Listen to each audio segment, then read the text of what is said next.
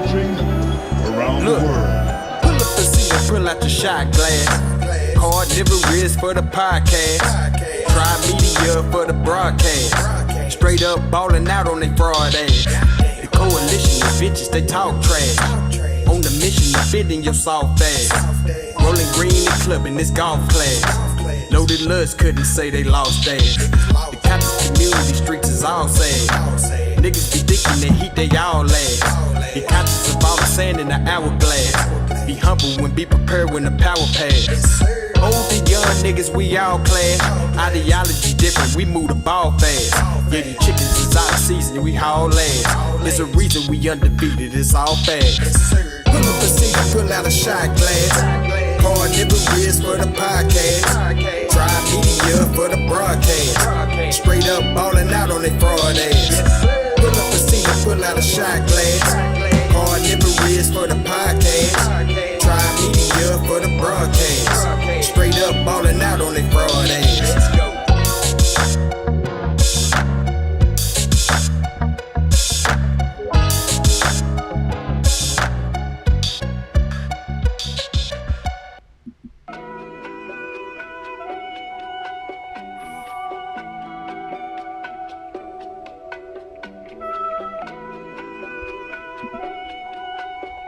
Yeah, DQ.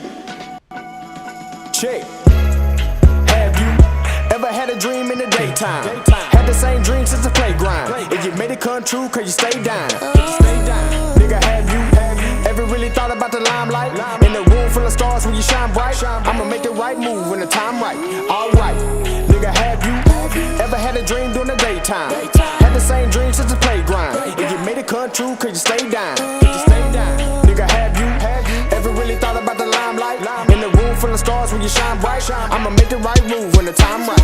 Calculated every step, so I can't stand a hater out here hating on. Niggas out here making moves, see I hand out the type of shit they waiting on. I'm the type to overlook a hand, cause the wrong step will cost an arm and leg. Niggas tripping, signing deals in red. I'ma hit the booth and make some hits instead. Light years ahead, we done go short a couple of albums, see we up for the challenge. Now I'm focused on the bread, but these niggas be fucking understanding when it come to my talents. It just pop up past when it come to the salad, yeah, zips to the head. And we never mind hating consumers when it come to the rumors, cause we put them hoes to bed. Oh yeah, niggas try to take the page out my book and take the same steps I took. Networking, cultivating relationship, a skill still for real overlooked. Whole squad moving like we Voltron, yeah, the whole nine looking like a gold mine. I'ma show mine, nigga, when it's go time. I'ma blow mine, niggas, when it's showtime.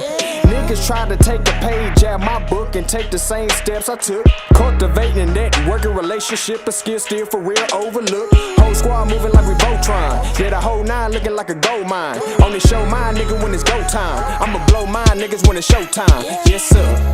Have you ever had a dream in the daytime? Had the same dream since the playground. If you made it come true, cause you stay down. Nigga, have you ever really thought about the limelight? In a room full of stars when you shine bright. I'ma make the right move when the time right. Alright, nigga, have you ever had a dream during the daytime? Had the same dream since the playground. If you made it come true, cause you stay down. Nigga, have you ever really thought about the limelight? In the room full of stars when you shine bright. I'ma make the right move when the time right. Yeah. Big dreams, nightmares and monsters. Pimp thieves, hoes, thoughts and choppers. Crooked operas, play cops and robbers. Sip lean, smoke weed's the mantra. Weigh risk against shit that cost us. Hit a lick, it tastes bitter sweet. You just a good soul, you wanna save the world, but you ain't they type, so they hint to lead. Wholesome souls die and world's incomplete. So I chase the pain so I can chase my dreams. Liquor is licorice inside my candy shop. Candy paint drop with wood grain supreme. Good for it, I'm good for it. Sorry the wave you'll see when you look for it. Real recognize the real you look for. Pressing your luck and I wish you would for us. You don't want a person nigga that be living on this North Star. So close but I'm so far. I'm a tiger in the woods but I swing like a home run. Holistically on par. You don't really want war but I'm raw like a tennis racket. How about Venus but I'm on Mars. So went the galactic is soup for your solar. Bring it back now. You don't want a person nigga that be living on this North Star. So close but I'm so far. I'm a tiger in the woods but I swing like a home run. Holistically on par. You don't really want war but I'm raw like a tennis racket. How about Venus but I'm on Mars. So went the galactic is soup for your solar. Virgo. Have you come lay back. Dream in the daytime. I had the same dream since the playground. If you made it come true, cause you stay down. Nigga, have you ever really thought about the limelight? In the room full of stars when you shine bright. I'ma make the right move when the time right. Alright, nigga, have you ever had a dream during the daytime? Had the same dream since the playground. If you made it come true, cause you stay down. Nigga, have you ever really thought about the limelight? In the room full of stars when you shine bright. I'ma make the right move when the time right. What up? Do I sound clear? I'm back on this old school Yeti mic. Am I coming through clear, man? We got a show tonight. I'm waiting for my main man Haskell 45 to click the link. This is the People versus OJ. We've been having this conversation in the Discord over the OJ Simpson case for the last month, right? And I've been stalling to do the show. I'm not completely ready, so I guess, and I don't know how ready Haskell is, but we wanted to create some content, and we'll do a preliminary. I guess this is the pre-trial, right? Where we lay out evidence on the table and see what we come up with, right? See what we agree with, what we disagree with. You dig? We'll do that like that. But I'm sure it's going to be very interesting for everybody. Because the conversations that me and Haskell been having in the Discord has been very entertaining. So hopefully we can bring that same entertainment to y'all on YouTube over the OJ trial. I know most people don't even care about the OJ trial. And y'all wondering, well, why is these dudes going to actually talk about the OJ trial? Because the OJ trial is very, it is very captivating, I'll say. The whole nation, the world is captivated, god damn it. It's captivated by the OJ trial. So, and I think Haskell presents both sides of the case very good.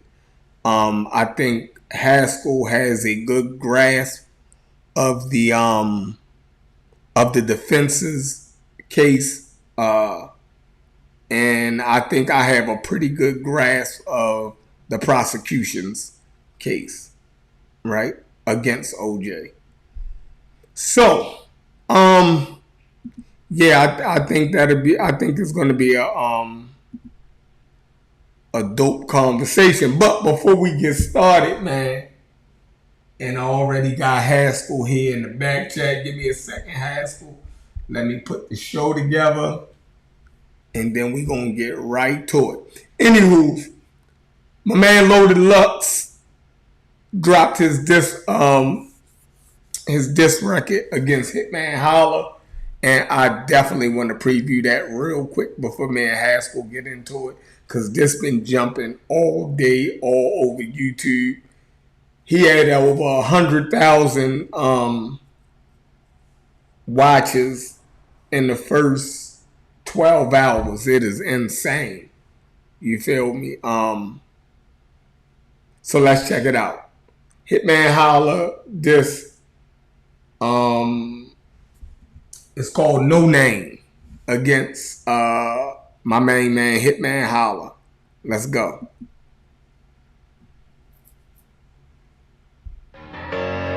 So Thomas, you ain't gonna give my props, huh? Hear me and hear me. Good. Yeah, they call you the Hitman. Well, I got a call from Sugar.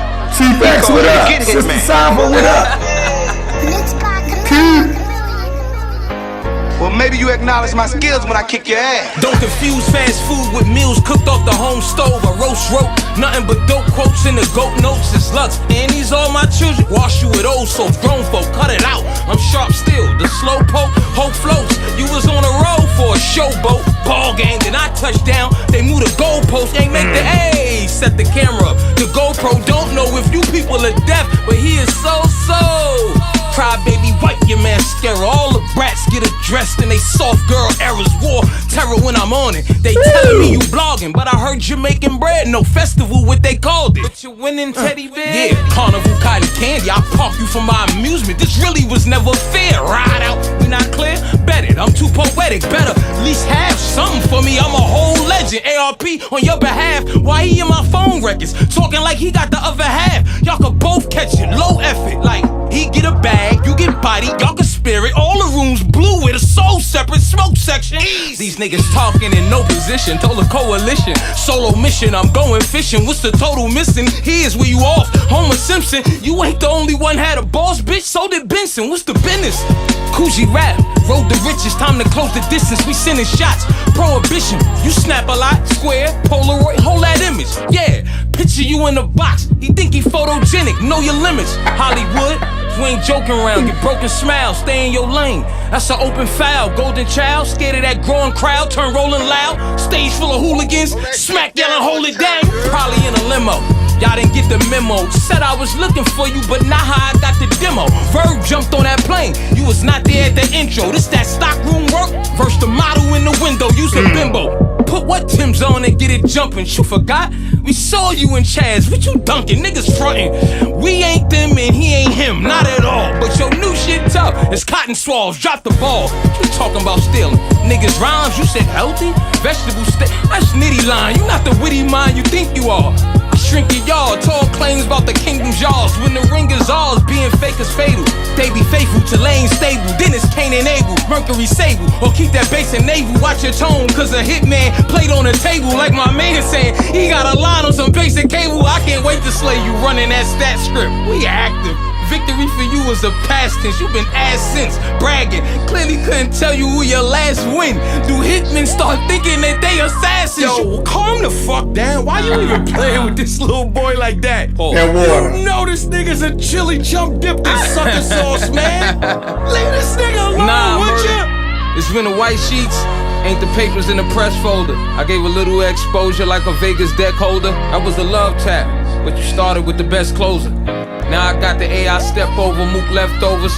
Listening to guard rap. And the hitman ain't been delivering on his contracts. Stat about, taking talent out. Holla you fool. He proves that y'all he got a hot delivery. The Lux he just carry out. Are you mentioning all the money that's rolling in? Tell them what they do to you kids at Nickelodeon. You be breaking like the first day of spring. I guess now we know why the Nicolas Cage bird sings. And as the ship sails, like Kalani making folding chairs, holy hairs, they giving polar bears the solar flares. Oh, we here. Drop the movie with the musical. Next watch party, we gon' throw us at your funeral, nigga. That was crazy. That was crazy, bro. I don't know what Hitman gonna do. That shit is over 100,000 watches already. You right, Haskell. He already threw the Benson line in there, so you know he old here. But he even started the Haskell with All My Children, right? So, you know what I mean? He hit him with the All My Children, you dig what I'm saying, joint, bar. And then told him he'll wash him with old soap. That shit all that's a rapping motherfucker right there. Alright. But anywho's.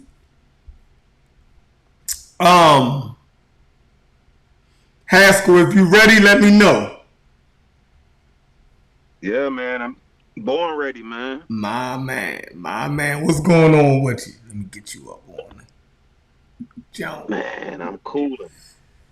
Hi. I'm cooling, man. I'm looking forward to imparting some lessons, you know? Because I think a lot of yeah, man. I think a lot of us, bro. I think past the OJ case, I think a lot of there's a lot to be learned especially about the media and how it could just how impactful it is on people's perceptions. Even people who think that they are well informed, or you know what I'm saying? Mm-hmm. Yeah.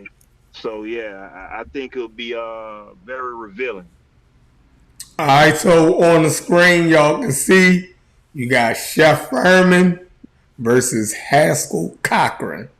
You dig what I'm saying? So that's how we doing this. You dig what I'm saying?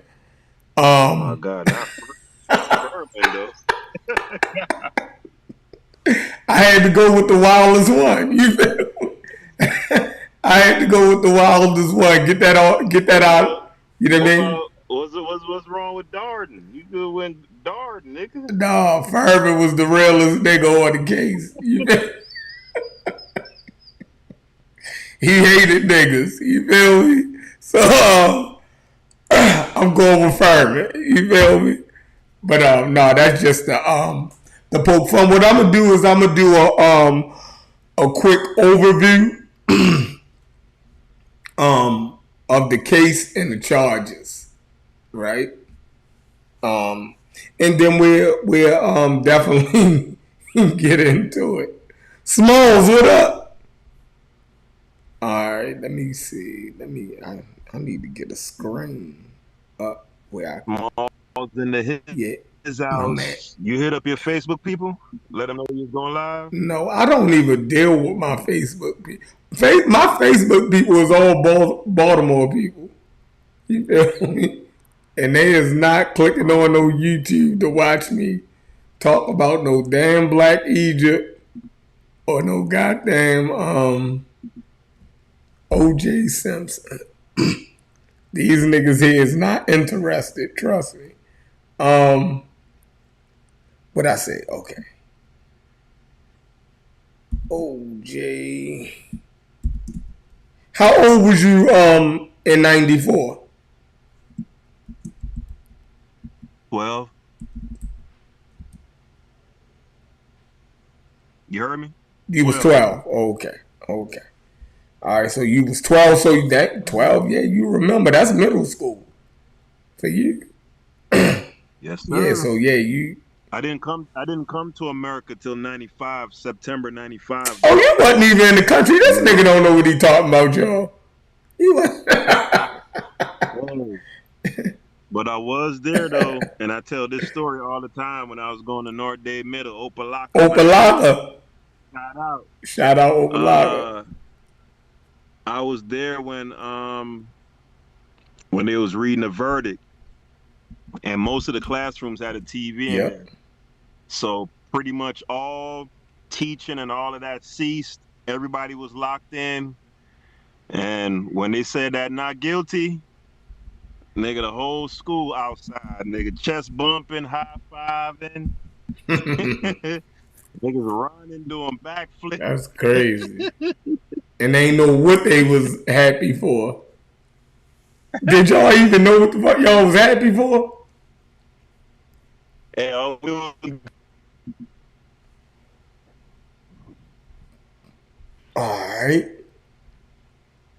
All right, here we go, y'all. The O.J. Simpson case centers on the brutal June 12, 1994 stabbing of his ex-wife Nicole Brown Simpson and her friend Ronald Goldman, for which former NFL star and celebrity O.J. Simpson was tried and ultimately acquitted of criminal charges.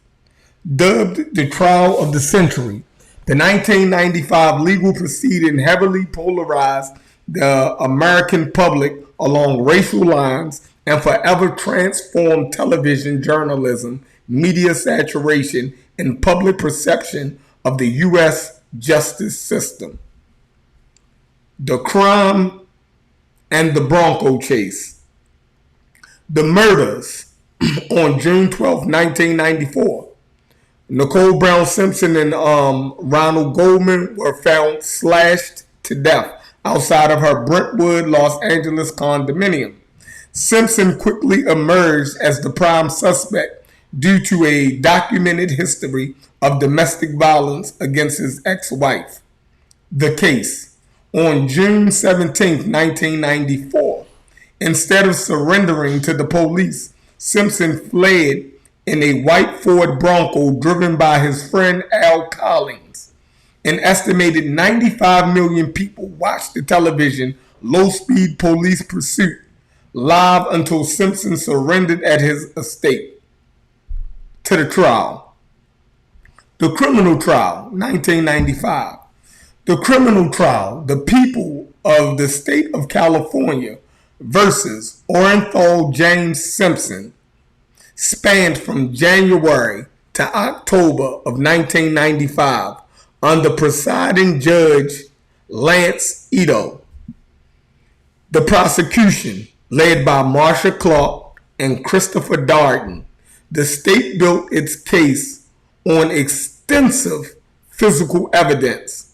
This included blood samples matching Simpson at the crime scene, hair and fiber traces, bloody shoe prints, and a bloody leather glove found on Simpson's property. They established domestic violence as the primary motive for the defense. The defense was dubbed the Dream Team. Simpson hired a high-profile legal team including Johnny Cochran, Robert Shapiro, F. Lee Bailey, Robert Kardashian, and DNA experts Barry Scheck and Peter Neufeld. They successfully created reasonable doubt by arguing that the Los Angeles Police Department mishandled forensic evidence and alleging that racist elements within the police department, specifically Detective Mark Furman, framed Simpson. The glove demonstration. In a critical turning point, the prosecution asked Simpson to try on the recovered bloody glove. It appeared too small, prompting Johnny Cochran's famous closing argument line, "If it doesn't fit, you must acquit." The verdict. On October 3rd, 1995, after less than 4 hours of deliberation, the sequestered jury found Simpson not guilty on both counts of murder. Alright. Cultural and historical legacy. The case exposed deep racial divisions across the country. Polls at the time showed that a majority of Black Americans supported the acquittal, viewing it as a pushback against a historically biased police force, while most white Americans viewed Simpson was guilty. Structurally, the trial altered how courts treated television cameras, brought mainstream awareness to domestic abuse, and gave rise to continuous 24-hour immersion journalism. In the following decades of subsequent legal troubles, including a 2008 prison sentence for an unrelated Las Vegas armed robbery, O.J. Simpson died of cancer on April 10th, 2024. All right. Now, here we at. That is the case. Oh my God, Black man is in here. Where we at? Okay, Haskell, you want to add anything to that overview?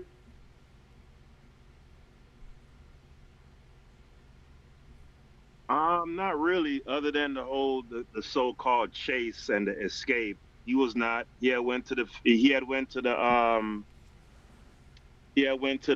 cemetery. I can't remember if it was for Nicole or somebody else, but he just went to the cemetery and then he went back home. He turned himself in. He wasn't trying to escape. You know, that's made up. Oh God.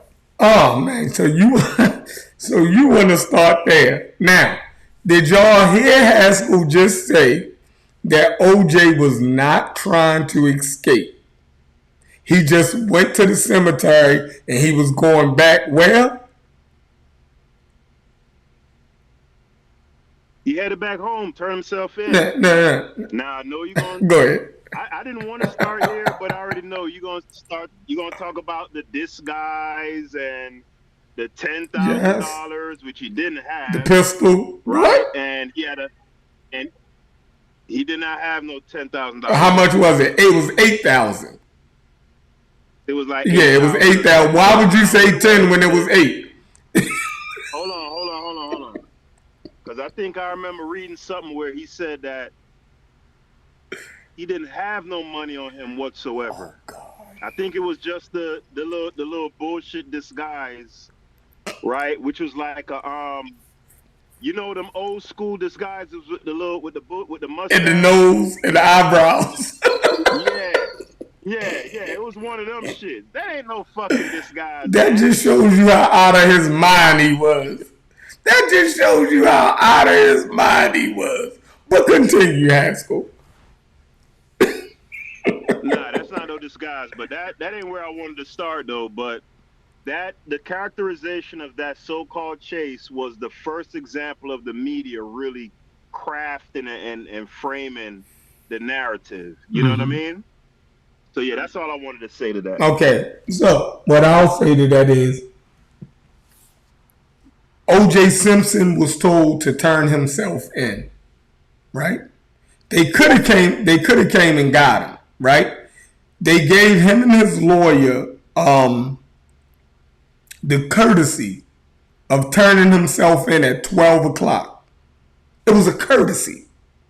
Instead of turning himself in, he lied to his lawyer. He was at his lawyer's house. He said he was going to go upstairs and lie down for a second. He knew that they had to turn themselves in at 12 o'clock. The lawyer went to check. The nigga climbed out the window, jumped in the car with his homeboy, and pulled off. Police called the lawyer. Where's y'all at? We waiting for y'all. He said, yo, OJ gone. He not here. You feel me? So, and you're going to tell me, run, he had a gun, right? A disguise, and $8,000 in his passport and some other shit. Don't know where OJ was going at. OJ wasn't trying to turn himself in. He did. I don't recall him having a gun. Like, you got a source on that? Bro. Oh my God. So you're gonna do this with I will get a source. I will get a source on it, but you're going to contest everything that I say. I see this already. You don't believe you don't even believe the case at all. No, pretty much from the very beginning and at every turn, the narrative was manipulated by the defense, the media. So yeah, I'm pretty much gonna contest virtually everything. Like, your whole conception of the case is the literal opposite of mine. So yeah, for the most part. So he didn't have a gun. No, I don't recall. I recall reading about the so-called disguise, the money, and the passport. I don't remember nothing about no gun. But that's neither here nor there. But yeah, if you could show that, that's cool. All right. Now y'all see where this is going at, right, y'all? You ain't got to do that right now. You don't have to do it right now, though. I'm just okay. All right. Well, mark that down. Jury, the jury, the chat, y'all, the jury. He's contesting whether OJ actually fled before getting charged. He's saying he don't even believe that OJ fled capture. He don't believe that. And he don't believe that OJ had a gun. And he also don't believe that OJ disguise was a real disguise. I don't even know what he mean by that. You feel me? It was a janky disguise, but it was a disguise. So, right off the bat, from OJ being actually charged, apprehended and charged, Haskell already disagree with the whole apprehension of OJ as being fleeing from the police, or you know what I mean. He disputes all of that. He disputes the contents that was on OJ when he fled. Matter of fact, how I can prove before I even get into showing whether OJ had a gun, the whole police chase and on the phone with the police, they was telling OJ to put the gun down.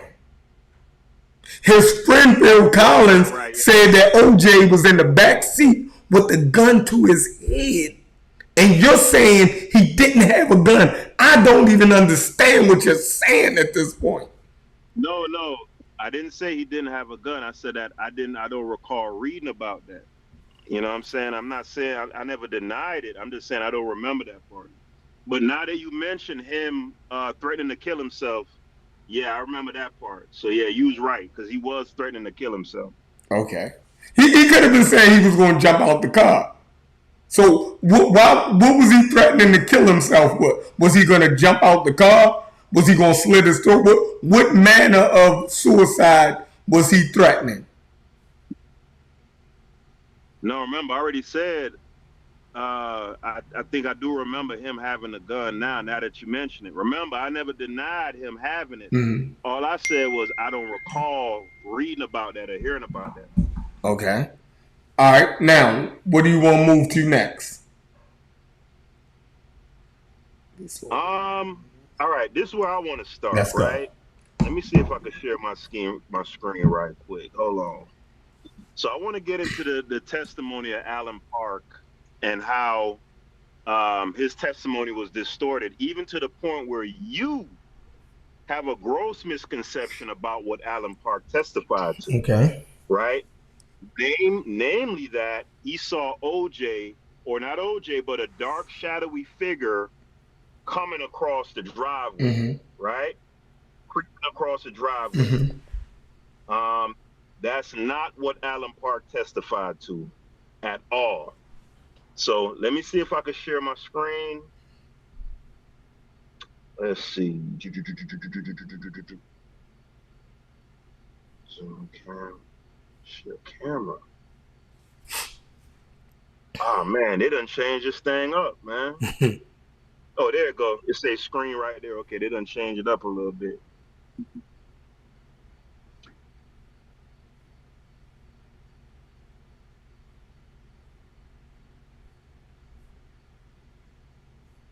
Hold on.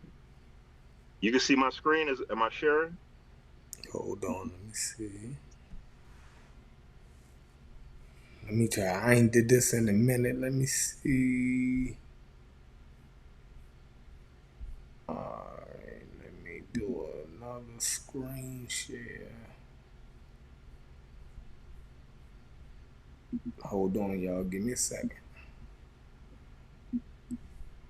Let me see if I remember how to do this. He want to do all of this. He doing all this for OJ. Insane. Yeah, we gotta vindicate the juice, man, and the Bills bogus. The Buffalo Bills bogus as hell too.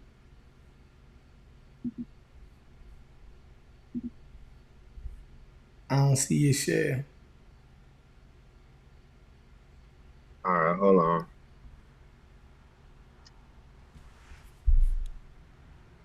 Look like Zoom they done switched up a couple things. Hey, if I was to send you some videos, you'd be able to play it? No. Nah? Nope. Oh man. Nope, because that kind of my Facebook is not it's not hooked to this laptop, and I don't know my Facebook code. Let me see. Let me see if I can log into my Facebook. No, I'm saying it don't gotta go through the Facebook, but I'm just saying, like, if you was to go to my YouTube, like my YouTube page, like you can't play. Okay. Videos, like how I believe they're negotiating. I believe. Yeah, I got your YouTube. So you want the Allen Park joint? All right. So if you're on my YouTube page right now, go to Shorts.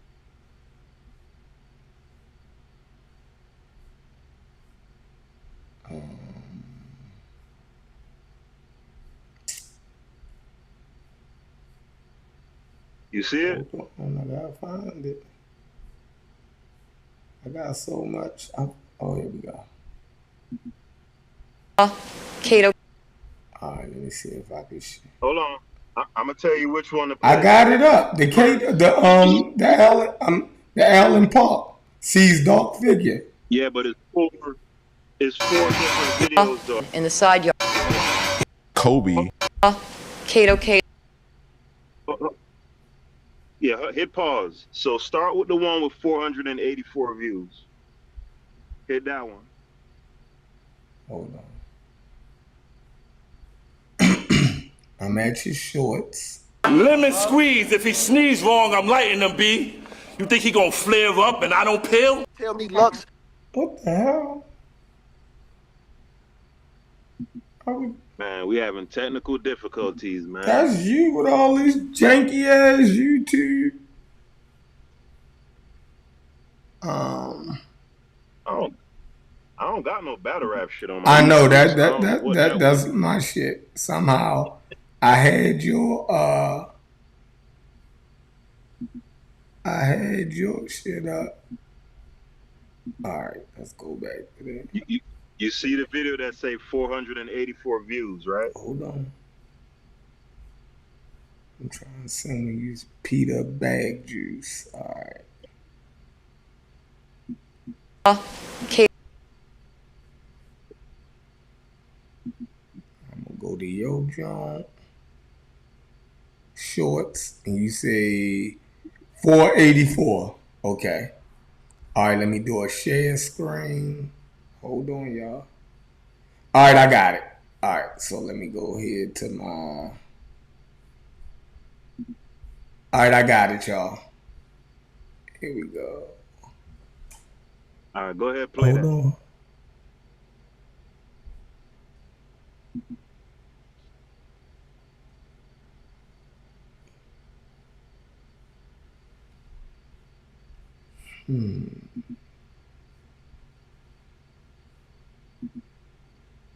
Oh, hell.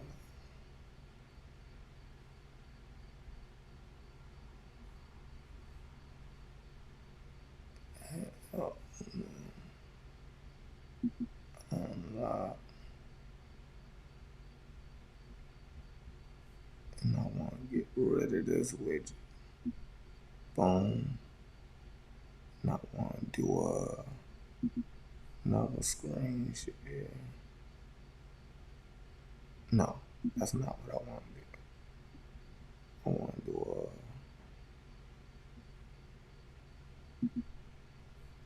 So how you played like the Loaded Lux video? That was off YouTube. That was from my iPad. I got it. Oh, okay. I got it. All right, here we go, y'all. Now you want me to play this, the one with 484. 484. Yeah. All right, here we go. Kato Kalin in the side yard. Did you see anything else? Yes, I saw a figure come down. Well, not come down, but I saw a figure come into the entranceway of the house, just about where the driveway starts. Can you show us on this diagram where you first saw that person?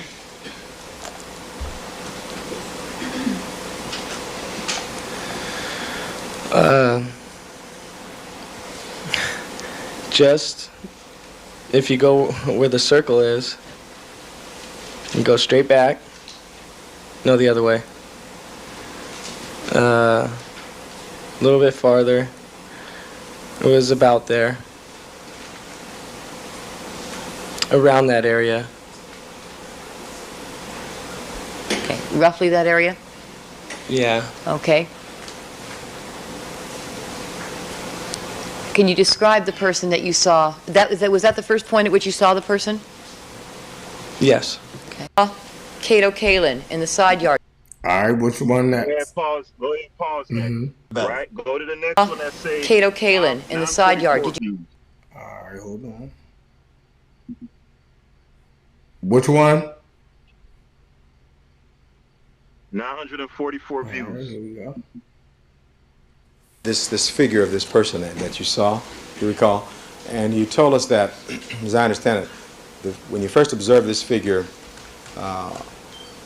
this person was just about in the entranceway of the Rockingham residence, right? Yes. And you could not tell us from whence, like that, you could not tell us from where that individual had come, isn't that correct? Correct. And you saw this individual for just a fleeting period of time, just a second or two, is that right? Yes. And you're this figure of this person that you saw, you recall? And you told us that, as I understand it, when you first observed this figure, you can pause this person. Okay. All right. Then go to 773. Play that one. Cato Kalin in the this figure. Hold on. 773. So that's all you wanted out of that one. All right, 773. As I'm talking to him, that's when I see the dark figure come from kind of towards the garage area, which is over towards the Rockingham side, which would have came out from behind Cato's bungalows back there. I saw him come through the drive, this dark figure. This figure. 139. Could you pause? Pause. You playing the wrong one. You playing the one that say 9 views. Play the one that say 773 views. That's the one I clicked. 773. 139. Could you please indicate, if you would, sir, direct that arrow to the location, if you can find it on this photograph, where you first saw the person you described walking into the house between 10:54 and 10:55? It would have been up just to the corner of those potted plants. Up a little farther. There you go. Right. Go back. Around there. Was it on? It wasn't on them. Well, in that area, maybe a little bit closer to the door. There you go. There? Right there. Yeah. Closer to the door. It was just moved closer to the door and off the pot. Is that? That's the general area, yes. Right. Okay. Mark it. Had this marked as what People's 139A? We asked him that's where he placed the equipment. That's what he said. Ask him again. Just all right. Where that white arrow is that correct, sir? You could go closer to the front of the door. Okay. Okay, let's move it.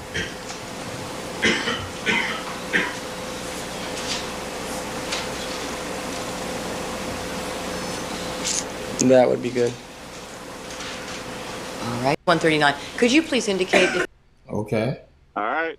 Go ahead and stop it now. Those are 3 separate instances of testimony, right? 3 different times he was asked about where he first saw O.J. Simpson, right? Mm-hmm. And each time he said the very first instance I saw that figure was right by the door, the end of the driveway in the entranceway of the house, right? Your conception, if you will willingly admit it, you had in your mind that he was coming from across the driveway. He saw some shadowy figure creeping up in the house and all of that, right? That's what you thought, right? Because we had this discussion. Mm-hmm. Do I have that right? Mm-hmm. Right. Now, I want you to play the video that say 9 views, because look at what he's saying now in 2025. Play that 9 views one. Okay.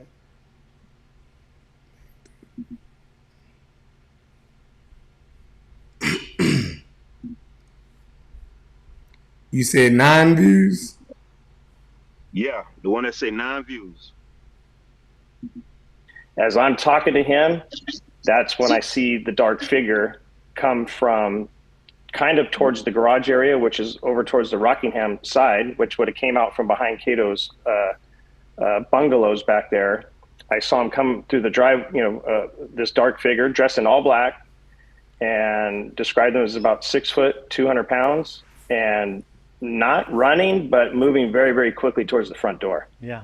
As I'm talking to him, that's when I see the dark figure come from kind of towards the garage area, which is over towards the Rockingham side, which would have came out from behind Cato's bungalows back there. I saw him come through the drive, this dark figure dressed in all black, and described him as about 6 foot, 200 pounds, and not running, but moving very, very quickly towards the front door. Yeah. All right. All right. So those are two very different testimonies, right?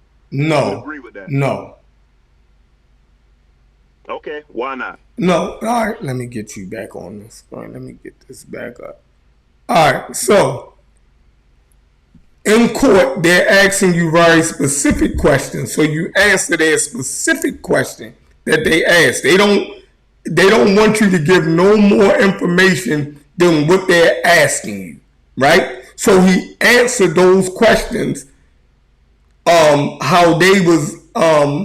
He answered those questions that they asked him in court the way that they wanted him to answer the questions. Now, on this interview, he's talking more freely, right? So he's telling you now in which direction he was actually coming from. So if he said he was coming from these flower pots in 1995 when he was answering those questions, but the recent thing that he was answering in which direction the guy actually was coming from. So where was he coming from? If he's walking in this direction, he's actually walking right from where Cato and them, the bungalows, is actually at, from this back area, going towards the door. That's how I see what he's saying. I don't think he was contradicting himself right there. He just was giving more context because he wasn't being asked direct questions to be answered a certain type of way in court. Do you understand what I'm saying? I don't, because it doesn't make any sense. Jesus but Christ. I want to give the audience some context, right? So Go the ahead. gentleman that was just speaking was the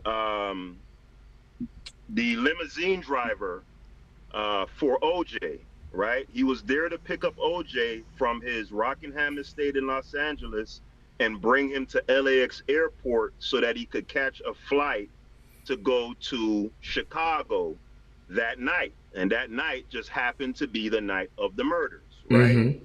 So Adam Hart testified that he first pulled up to the residence around 10:20 p.m., right? He says he didn't see any lights and blah, blah, blah. He rang the buzzer.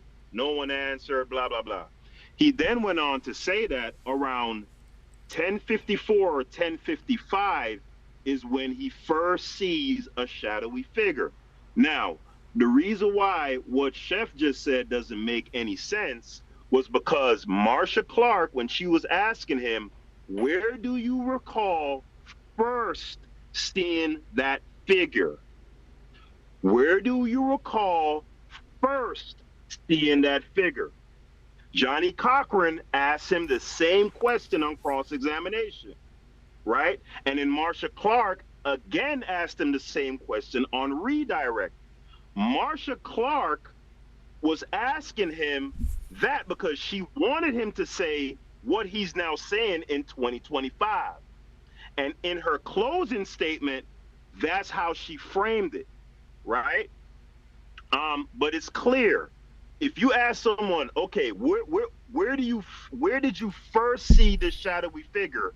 Saying that the first place you saw them was by the front door of the house is very different from saying that you saw them first coming from the side house by Cato Kalin's bungalow and moving swiftly. And all those are two diametrically opposed testimonies. So I don't know what Chef is talking about. They asked him, where did you first see the shadowy figures? So if I see you coming from the direction, if I see wherever I first seen you at, right, whichever way you were walking, wherever you was walking to, I can basically say, I can take your footsteps back. You would have to be coming from a general direction. Right or wrong, Haskell? Or Well, you don't see it like that. You think a motherfucker can just appear out of the ether right next to a flower pot, moving towards the door. You think he just popped up out of nowhere. You think it's dark. When I first see him, he's by the flower pot and moving towards the door, right? No, what direction would he be coming from? Listen, no. Listen, stop it.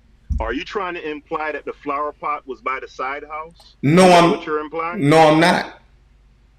Okay, so you admit that the flower pot is actually... Did he come out of the flower pot? Of course not. Of course not. I need you to stipulate to this, though. When he says flower pot, he's talking about the flower pot at the front of the house, right? Uh-huh. Because he asked her, hey, move the pointer closer to the door. So, of course, no, a nigga can't materialize out of nowhere. Right.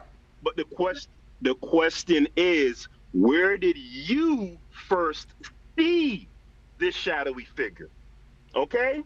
So, if you first saw the shadowy figure by the side house, coming from the area Kato Kalen's bungalow, that's a completely different thing than saying, I first saw the figure right in front of the front door. Those are two different, no amount of mental gymnastics. You doing the mental gymnastics.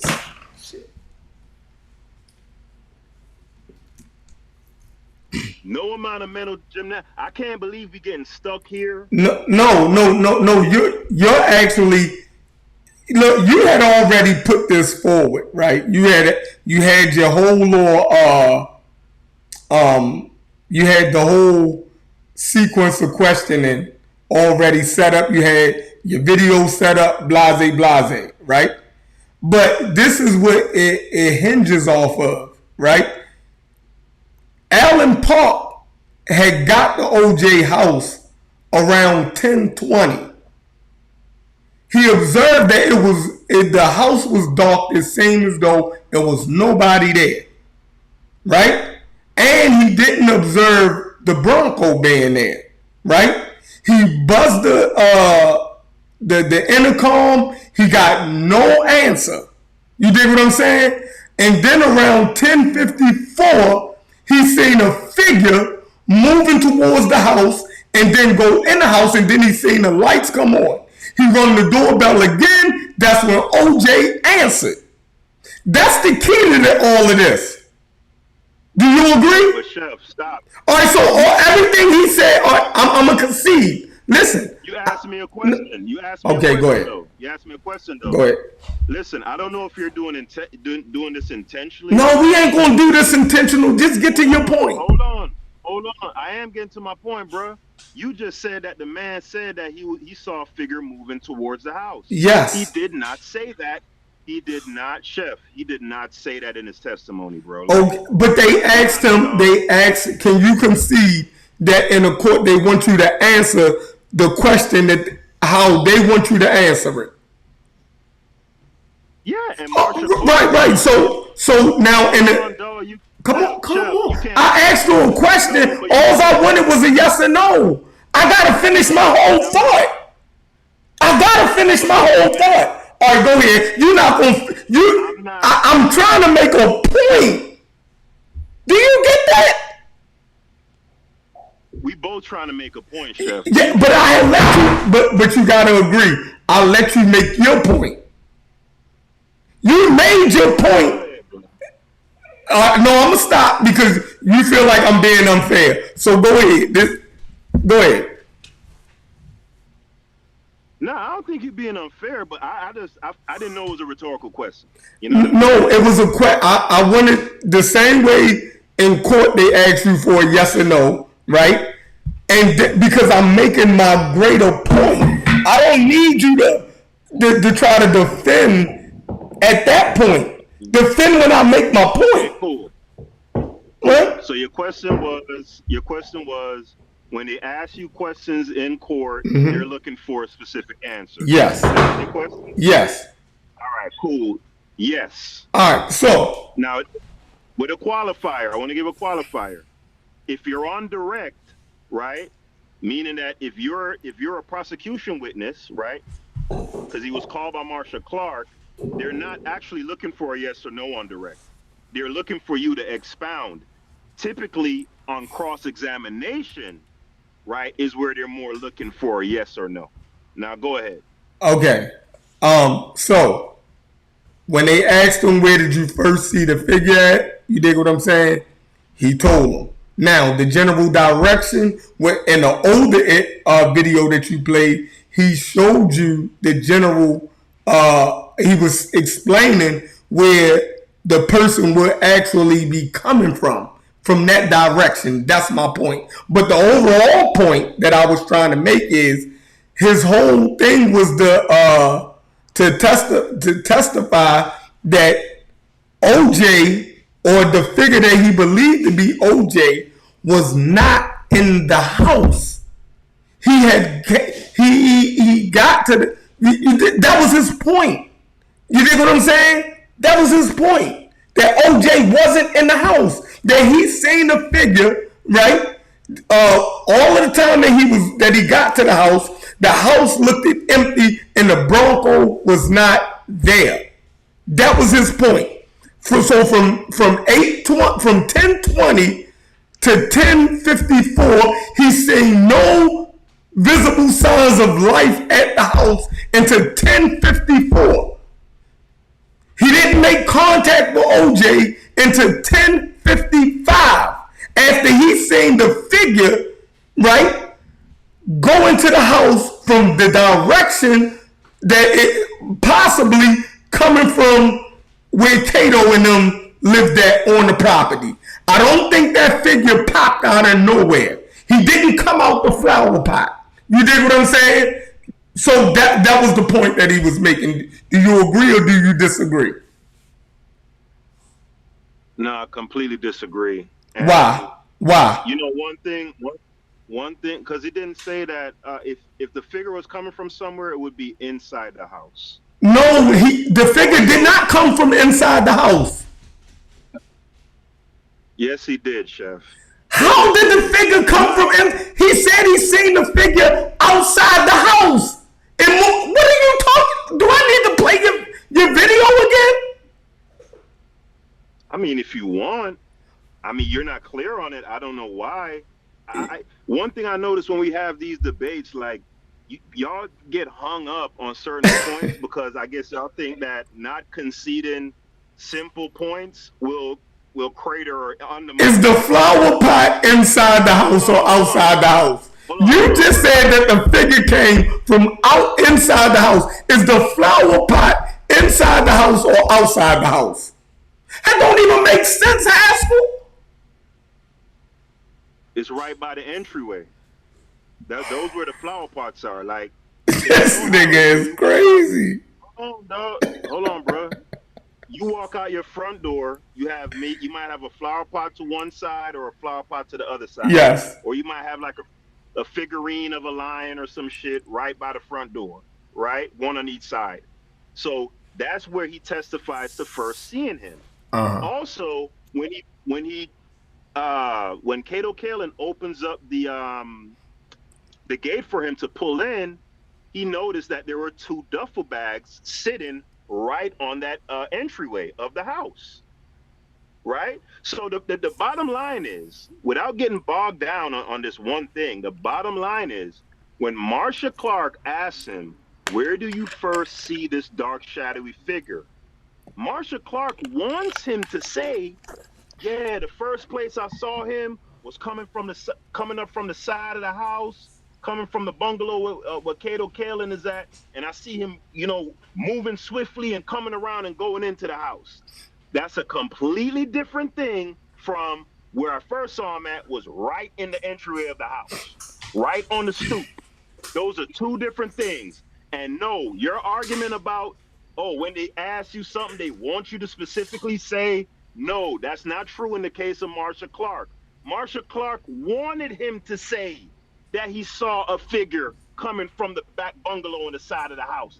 That's what the answer she was looking for. Because if you remember in the first video you played, he was like, yeah, I saw him coming down from, I didn't see him coming down. He was right by the end. He corrected himself. The first place he saw that man was right in the entryway of that house. He did not see him coming from the bungalow and coming around swiftly into the house. That's not what he testified to, Chef. Like, why are we stuck right here, No, bro? all right. So you know what? I'm stuck right here. That you saying that this man said that OJ, or you're saying that OJ came from inside the house. That is insane. I don't. However you chop this up, or whatever you want it to seem like, right, bro? He said the figure. He first seen the figure by the flower pots and moved into the house, and then he seen the lights and stuff come on. That's when he rung the bell and the buzzer and made contact with OJ. Right. You're saying it had. That's why. You're saying it happened the other way. Think about what you're saying. This ain't nothing to get stuck on, Chef. Right? No, I gotta nail this down. It's just like the gun situation. You're playing games now. You're saying that. You're saying that OJ. You're saying. Oh, but Chef, the difference from me and you is, bro. If I'm wrong on something like the gun thing, I said I didn't recall him having no gun.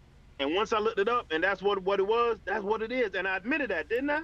Yeah, you did admit that. Now we gotta admit. I'm never the nigga who's just gonna fight over, because it's really me admitting that it don't stunt nothing. Okay. Right? That's what I'm saying. If you feel confident that OJ did this shit, bro, and you gonna prove your point, it's no reason to get stuck on some simple shit, dog. No, no. Listen, dog. Hold on. Alan Park's testimony is crucial. It is. That's why I want to start right. Right. And I think that's so. Why would you say don't get hung up on that when you know that point is crucial? Because no, you ain't gonna play with me like that, bro. You ain't gonna get to throw no red herring out there. No, Alan shit, we gotta on that part out. So hold on. So you just gonna fight this just to fight it because it's crucial, not because what you're saying makes any sense. Bro, you're not making sense. So those two testimonies are the same. So no. Hold on. No, one is more clear. What he said in 95 is not diametrically opposed to what he said in 2025. No, one is more clear. What do you? Yeah, we need a mediator. No, we don't, bro. We can work this out right here. We're not gonna get past this. It's impossible, bro. Listen. You're saying. All right. You're saying that it. So the older video. Hold on. You presented this. Hold on, bro. Hold on, bro. You're saying that in 1995, that Alan Park knew then that the first time he actually saw this figure was actually by the side house, and not in the entranceway of the house. What? Those are two different things, Chef. You playing? No, I'm trying to figure. No, your videos. We're discussing your videos. Let me ask the question again, since you're slow on the uptake for whatever reason, right? If Alan Park, when he was testifying in 1995, right? If in fact on that June 12th night, he in fact saw the first time he first saw the shadowy figure was actually by the side house, right? Haskell, where's the whole video? I don't even like how you cut these videos up. I can't even get to the end of the question. Go ahead. Like, bro, it's cool, bro. Like, you feel like I'm pulling a. You are. You cut this shit up. This is your shit. The reason why you fighting it is because you see the obvious disparity in the two recountings of the what went down. You see it, and you feeling like you. No, bro. You are saying that OJ came from inside the house. I don't know where that. Show me where he said that at any time. That don't even make sense. No. That's my own conclusion. Oh, yes. There we go. Now we got to it. Now we can move on. Hold on. Oh, okay, the only reason why I speculated as to where he was coming from was because you were saying, did the nigga just materialize out of thin air? No, so I gave my own speculation as to where he was, or the most likely place where he was actually coming from. Because remember, just listen. If someone asks you, where do you first recall seeing this figure, right? That doesn't mean that that's where the person first came from. That's just where you first saw the person. Does that make sense to you? Beautiful. So if I say the first time I actually laid eyes on it was outside the house. Directly. Hold on, man. If I say the first time that I recall directly laying eyes on this figure is right by the front door of his house, right? That's option A. Versus where I first recall laying eyes upon this shadowy figure was actually by the side house coming from the area of the bungalows. Would you agree that those are two distinctly different testimonies? Yep. Thank you. Yep. Now. So that's all. Okay, I'm glad, and I'm glad that you established that him coming out of the house is your conjecture. You know what I mean? You made that up. We're gonna put that on the record. That where OJ came from, right? Haskell made that up. No, don't put that on the record. Why not? You're playing games again. I don't care where he came from. I don't. Bro, care. Even he can't listen. Hold on. Listen, hold on. I don't care. What I'm establishing is Alan Park's testimony, and this idea of the shadowy figure coming across the driveway is false. That's where I started at, and that's where I'm staying at. You have the conception in your head because of what CNN and NBC and what Marsha Clark said about this shadowy figure coming from the area of the bungalow, going across the driveway, moving swiftly. And I'm saying that is a misconception. It's something that they made up. Alan Park, hold on. Alan Park never testified to that. What he testified to was, I first saw this figure directly in front of the front door in the entryway. No, you didn't put more yeast on it. You didn't put more yeast on it. No, I'm not. I've been saying. Go ahead. I've been saying the same thing for the last 20 minutes, bro. Where he was before Alan Park laid eyes on him, inconsequential to the point that I'm making. The only point that I'm making, again, is this idea that he was coming across the driveway from the side house. That's something that was made up. Alan Park never testified to that in 1995, and he did not testify to that in 1995. You have to agree. Yep. According to what you just whatever you just clipped, but it still does not change the fact. It still does not change the fact to support your conclusion that OJ was coming from inside the house. He was ringing the bell, trying to make contact with this man for 20 minutes. No contact. Then he said the house was dark. It looked like nobody was there. He called his dispatcher and said he doesn't think anybody home. Then at 10:54, he's seen a person by the flower pots moving towards the front door. And then he seen the lights come on inside the house. And that's when he called the intercom again and made contact with OJ. Now, then you take that, right? And then Kato Kalin, right, said around 10:52, 10:53, he heard a knock on the back of his wall. 3 duds on 3 loud thuds and sounded like somebody was behind his motherfucking house, his bungalow, right? And then at 10:54, Alan seen a figure, the limo driver seen a figure moving towards the house from the flower pots and go in the main house, and the lights came on. So two different Hold on. When you say moving towards the house from the flower pots, what do you mean by meaning the figure was facing the door going towards the house. That's what that means. His back wasn't towards the door like he was coming out the house. He was facing towards the house, moving towards the house, and by the flower pots, and then the lights came on in the house. That's what I'm saying. In 2 minutes, listen, 2 minutes before that, Kato Kellen heard some noise behind his house. And this is exactly where my mic tripping. God damn it. Nah, it's clear. It's clear. No, what's the name? Logic just said my mic acting crazy. Nah, nigga Logic got a Boost Mobile, man.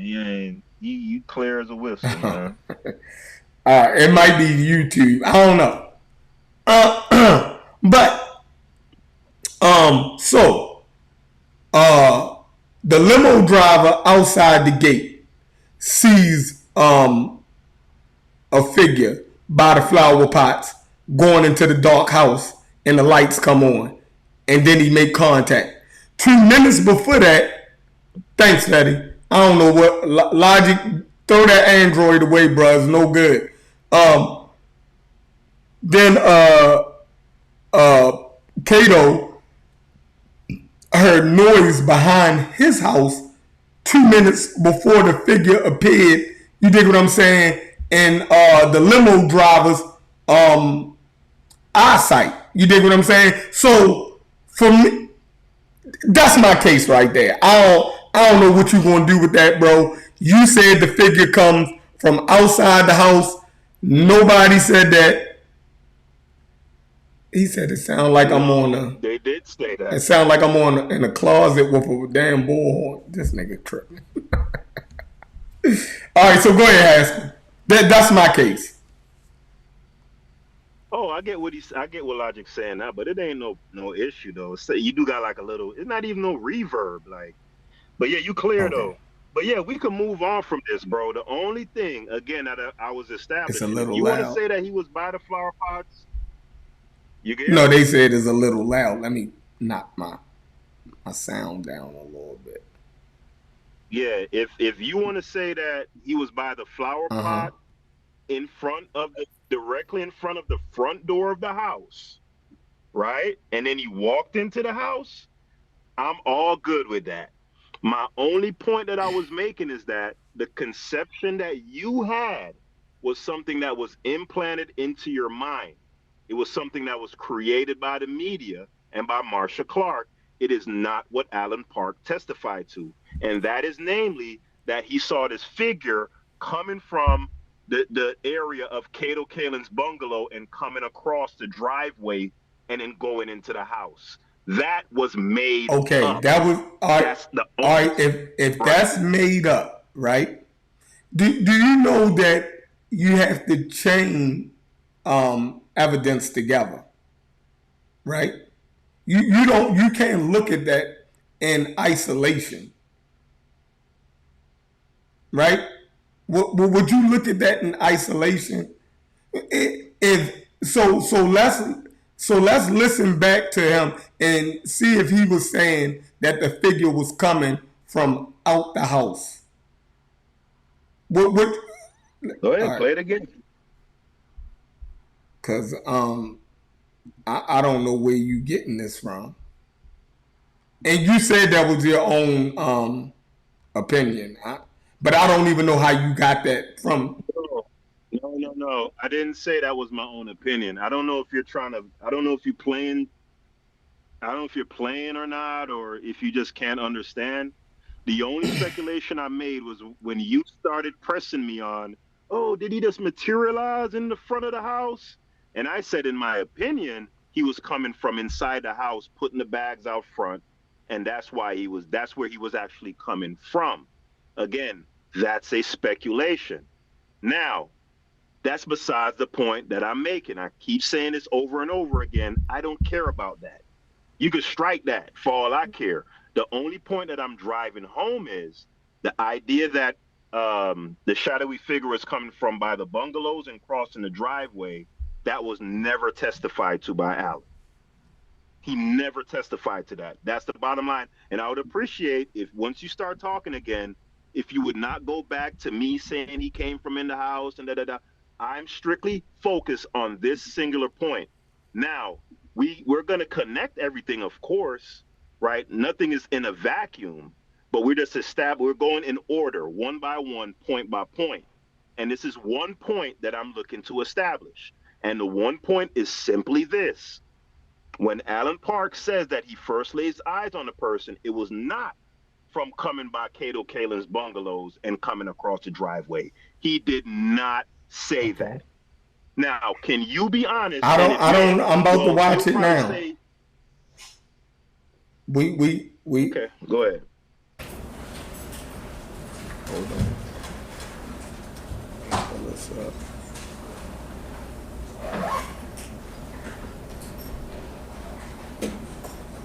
Nothing further. Where's my YouTube?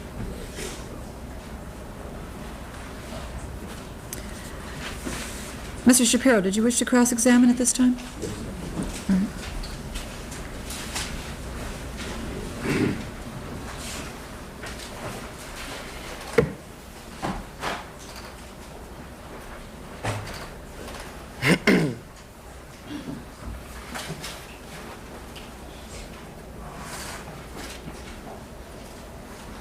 Come on, Shapiro.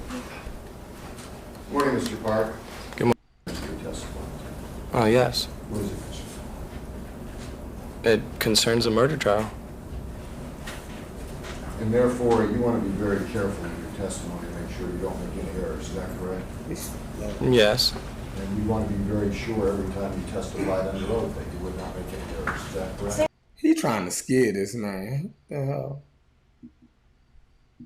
The person that I described is 6 foot, 200 pounds. It just seems to be a pretty big female. Hold on. Testified that before the grand jury you said it was a male, black, and that today you gave testimony that it was either a male or a female, you couldn't tell which.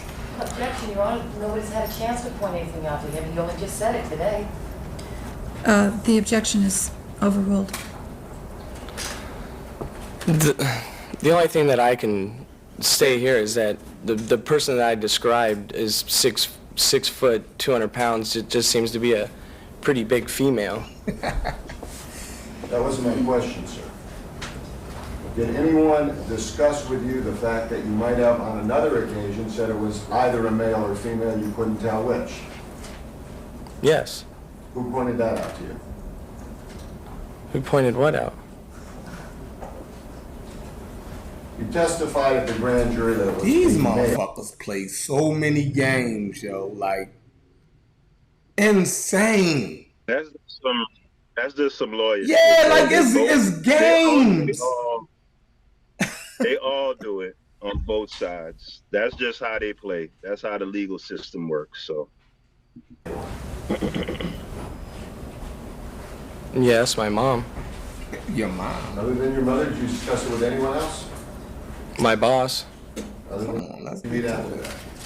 They were at the grand jury. Did they take your statement at the grand jury? No, they didn't. So you just saw them casually? Yeah. Did anyone ask you if there were any discrepancies in your testimony? What'd you say? Yeah, I was saying, like, I think for live radio, for a live stream, unless you have like this prepared or you know what you're looking for, it kind of doesn't play well. You know what I'm saying? You never said that? No. Hold on. Did you ever say that? I've been here for a few minutes. I don't recall. And that you could recognize Mr. Simpson's voice? Yes, I could recognize his voice.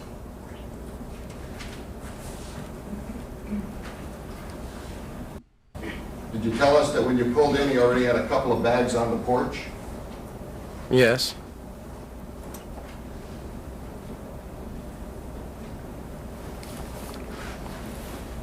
That he went over to his cars and got another bag? Yes. Did you see Mr. Simpson walk in and out of the house at all? He walked in a couple times. How many times? 2 or 3.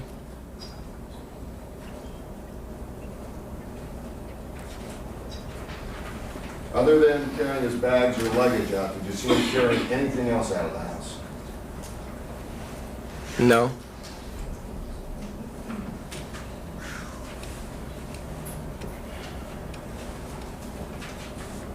Now, did you put Mr. Simpson's bags in the trunk? Some. How many did you put in? From what I can remember, 3. What about the golf bag? Where did the golf bag end up? I just want to get to the part where he talked about what he's saying. Same block as same time as You already passed that part, Yes. Chef. Pause it. Huh? Pause it. Chef. Yeah. Chef. In the timeline of the story, he's already past the point of first seeing the shadowy figure. Now the gate has been opened. He's inside with the vehicle, and he's now loading the bags into the vehicle. So if you're looking for the testimony about where he first sees the shadowy figure, he's past that point.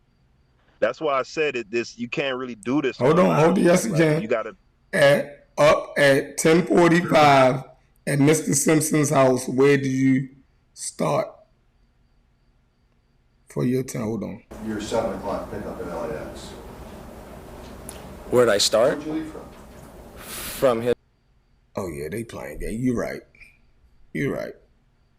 I need that whole clip of what you had put up. Oh, I could send that to you. Yeah. That ain't no problem. That's no pressure, that's bro. what we need. Yeah, if you wanna offer the next point that you'd like to make, we could keep this moving because we've been stuck here for 30 minutes on this one point. Oh no, I made my point that Cato corroborated with the defense. I mean, with the prosecution. You mean Park? No, Cato. Corroborated? Cato. Okay. Yeah, the whole hearing the thugs and all of that stuff. You dig what I'm saying? That gives a more there's nobody. So there's nothing that from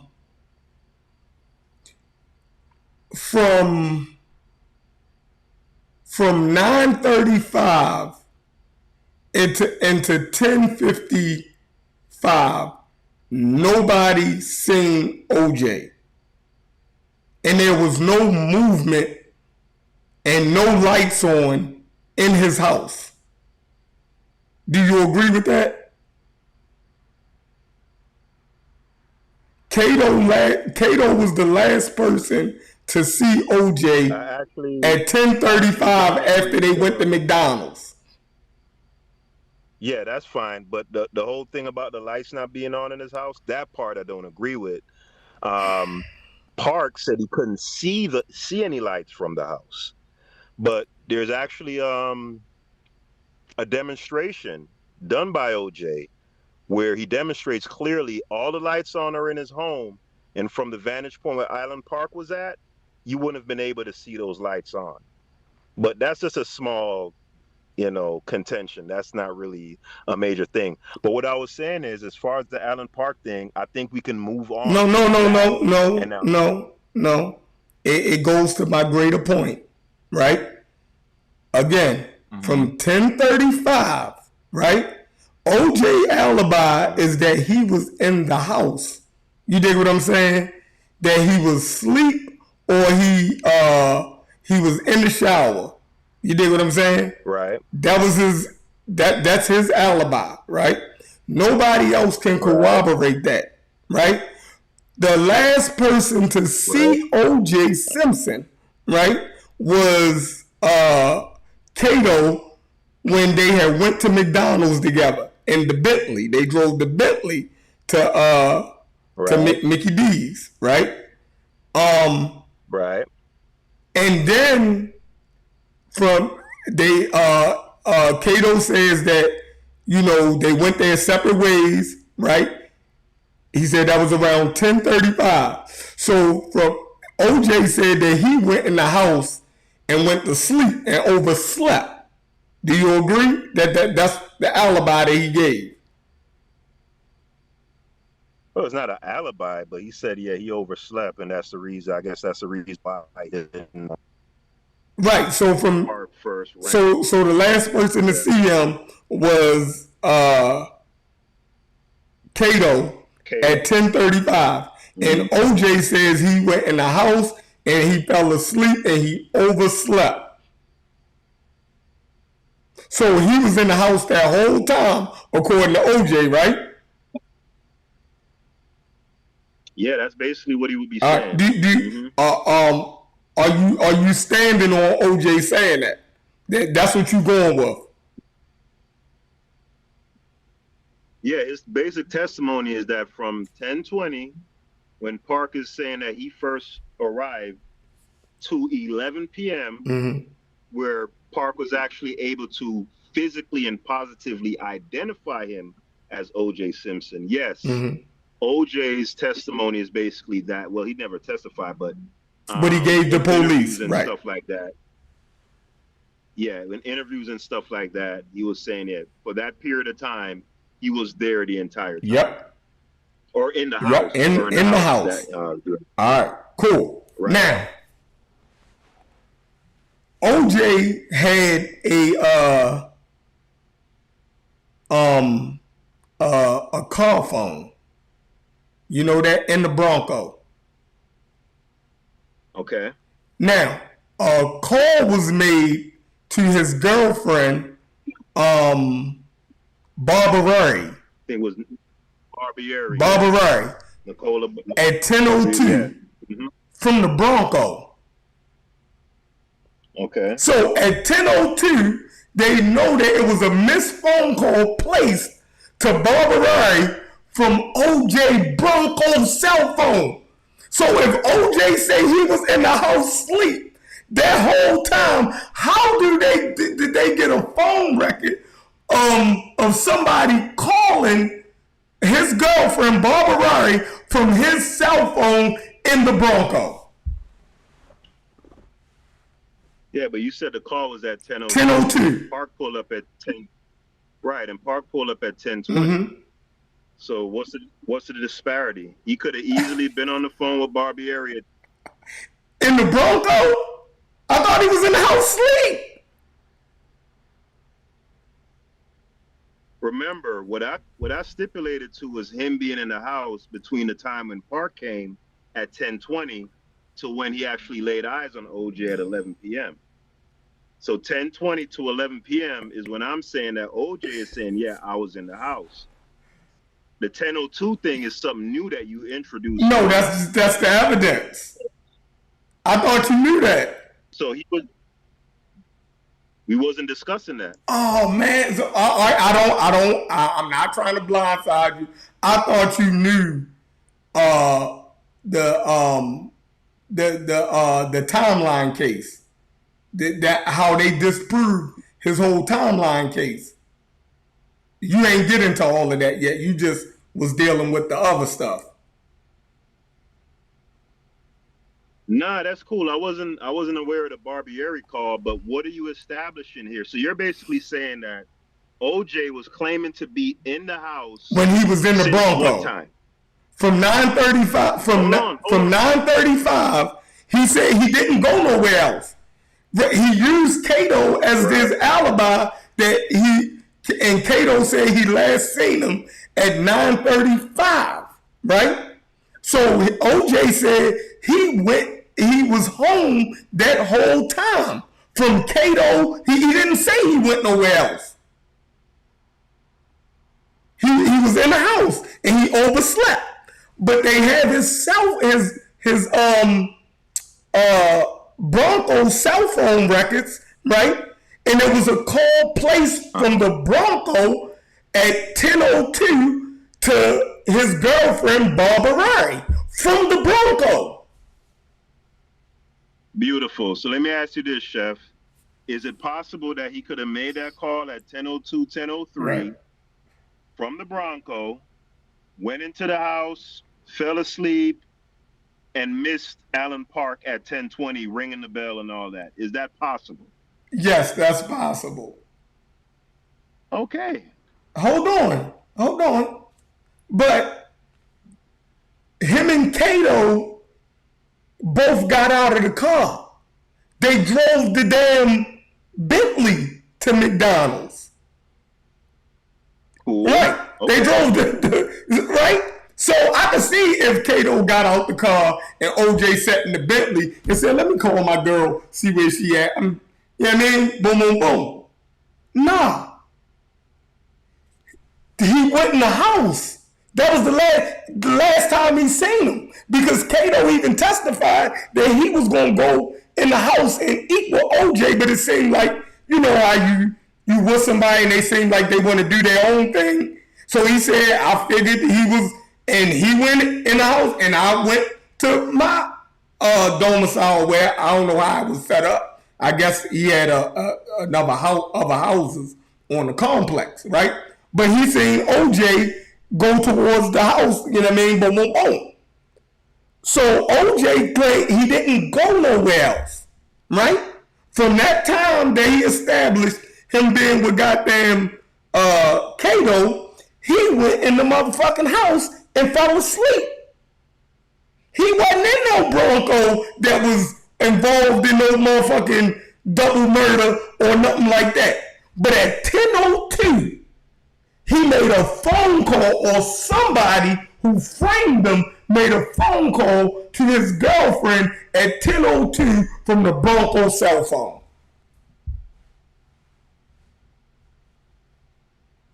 Okay, so I already said he could have easily, when he's parted ways with Kalen, got into the Bronco and made the call from the Bronco, and then went in the house, fell asleep. Remember, the calls were unanswered, right? Yes. So he could have easily went to the Bronco, made a phone call, didn't get the answers, go into the house and go lay down and sleep or whatever. And it's possible. That's not like some crazy outlandish outside the realm of. So I don't know what you're trying to drive home. I'm just establishing that OJ said that he went in the house and fell asleep. He wasn't in no Bronco that was involved in no double murder. He went in the house and went to sleep. He would have said, listen, yo, I jumped in my car. You dig what I'm saying? I called my girl. No, they hit him with that, like, bro, from your testimony of what you told the police. You dig what I'm saying? And all of the physical evidence in the Bronco, because they're tying the Bronco to the murder. You dig what I'm saying? They found blood evidence, trace fibers from the Bronco at the crime scene. Fibers and stuff from the carpet in the Bronco was found on the crime scene. You dig what I'm saying? So if OJ's saying I was in the house asleep, right? No, you made a phone call from that Bronco, and now we have fibers from that Bronco is in the blood. You dig what I'm saying? At the fucking murder scene. We done found the shit. Like, bro, how do you account for all of this? So I'm trying to figure out, you dig what I'm saying? Did he go in the house and go see, or he jumped in the car? And I don't understand. Make it make sense. Make it make sense.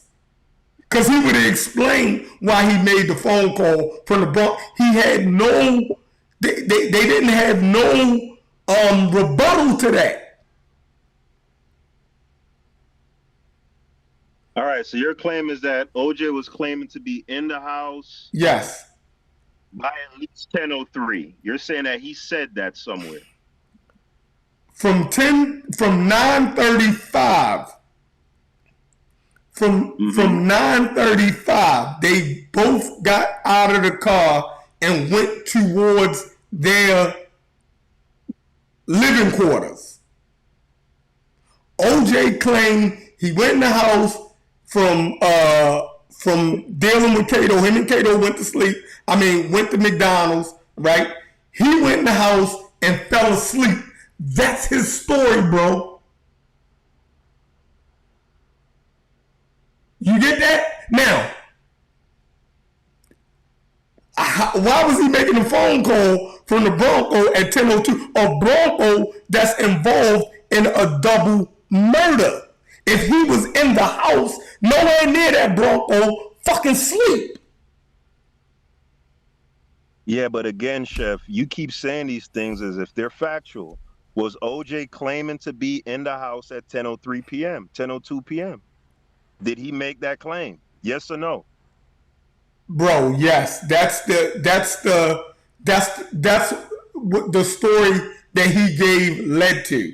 He never testified. Remember, this is what they're using from the police interview questions. Right. And subsequent interviews that he did, like on media and all of that. But from what I understand, you could correct me if I'm wrong, him saying that he was in the shower or oversleeping or whatever was an explanation as to why when Alan Park rang the buzzer. I'm off Alan Park. Didn't respond. I'm off Alan Park, but go ahead, make your point. No. Listen to what I'm saying though.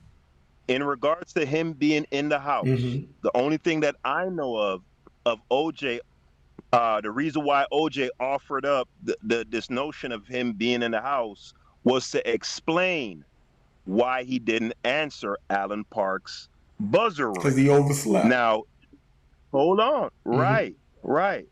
But that's an explanation for not answering Alan Park's buzzer. Yep. Alan Park buzzed at the earliest at 10:20.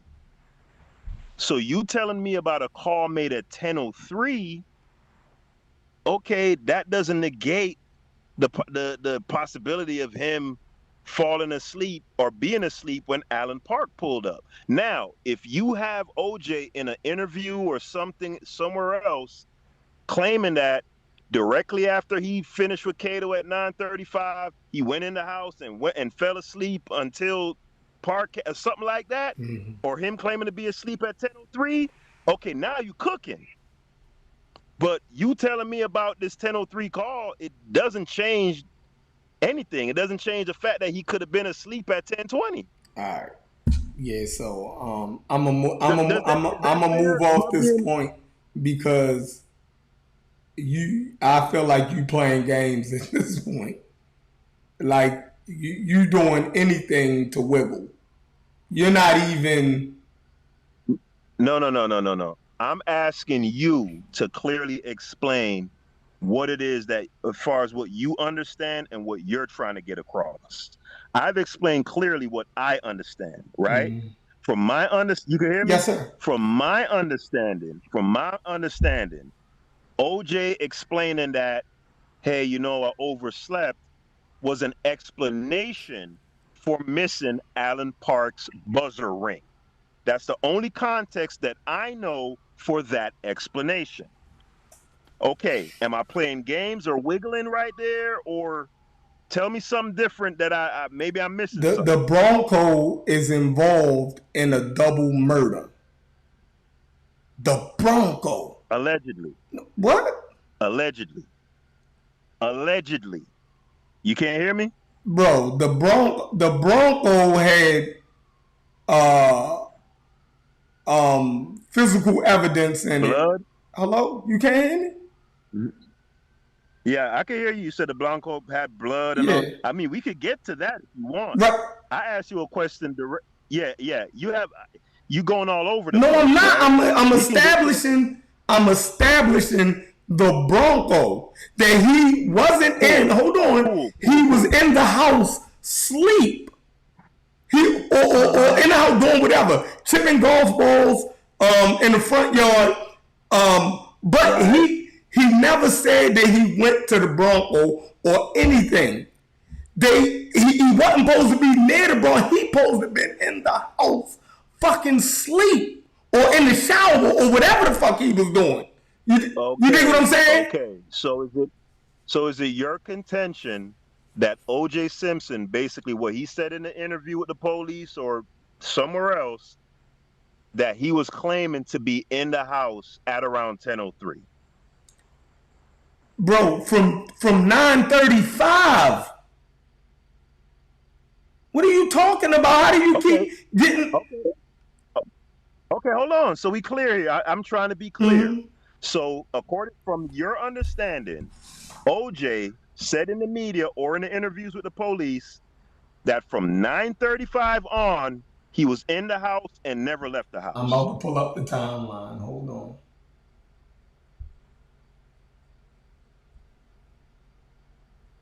Fuck. Go ahead, keep talking. Pull up this timeline. Yeah. Just trying to get this hammered down, man. Like, I be wanting these conversations to move along at a quicker or a better pace. Like, I just don't understand how we always get bogged down on these simple points. Let me do this. All right. So, boom. The prosecution timeline, the murder window. They believe that the murders happened between 10:15 and 10:40 within that timeline, right? Now, Cato was the last person to see OJ at 10:35 at Rockingham. All right? The Bronco cell phone at 10:02. A call was made to Paula Barberari at 10:02 from the Bronco cell phone. Then we go, so from 9:35 to 10:55, nobody seen OJ. Or nobody can corroborate OJ's story from 9:35 to 10:55, right? Nobody can account for O.J. Simpson. All right? Do you agree right there so far? From when to when? From 9:35 to 10:55, nobody can account for O.J. Simpson. Sure. I could. Cato was the last person to see him at 10:35, he said. Right?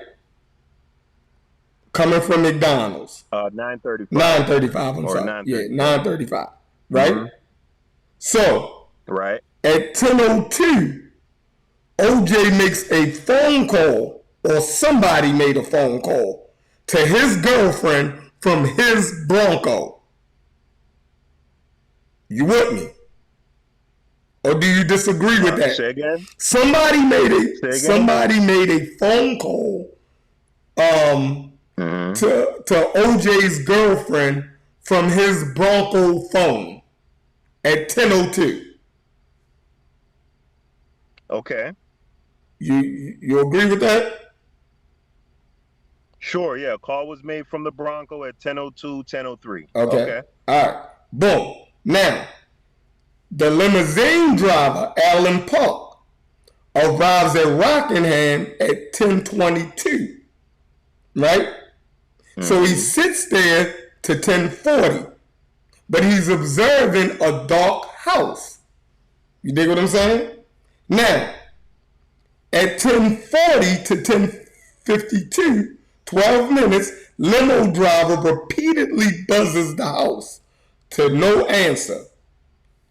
He reports to his dispatcher he thought no one was home, no answer, house looks dark. At 10:54, he sees a person around 6 feet, right, 200 pounds, into the house and the lights come on. At 10:55, limo driver makes contact with Simpson. Simpson says he overslept and was showering and was coming down. Is that timeline correct so far?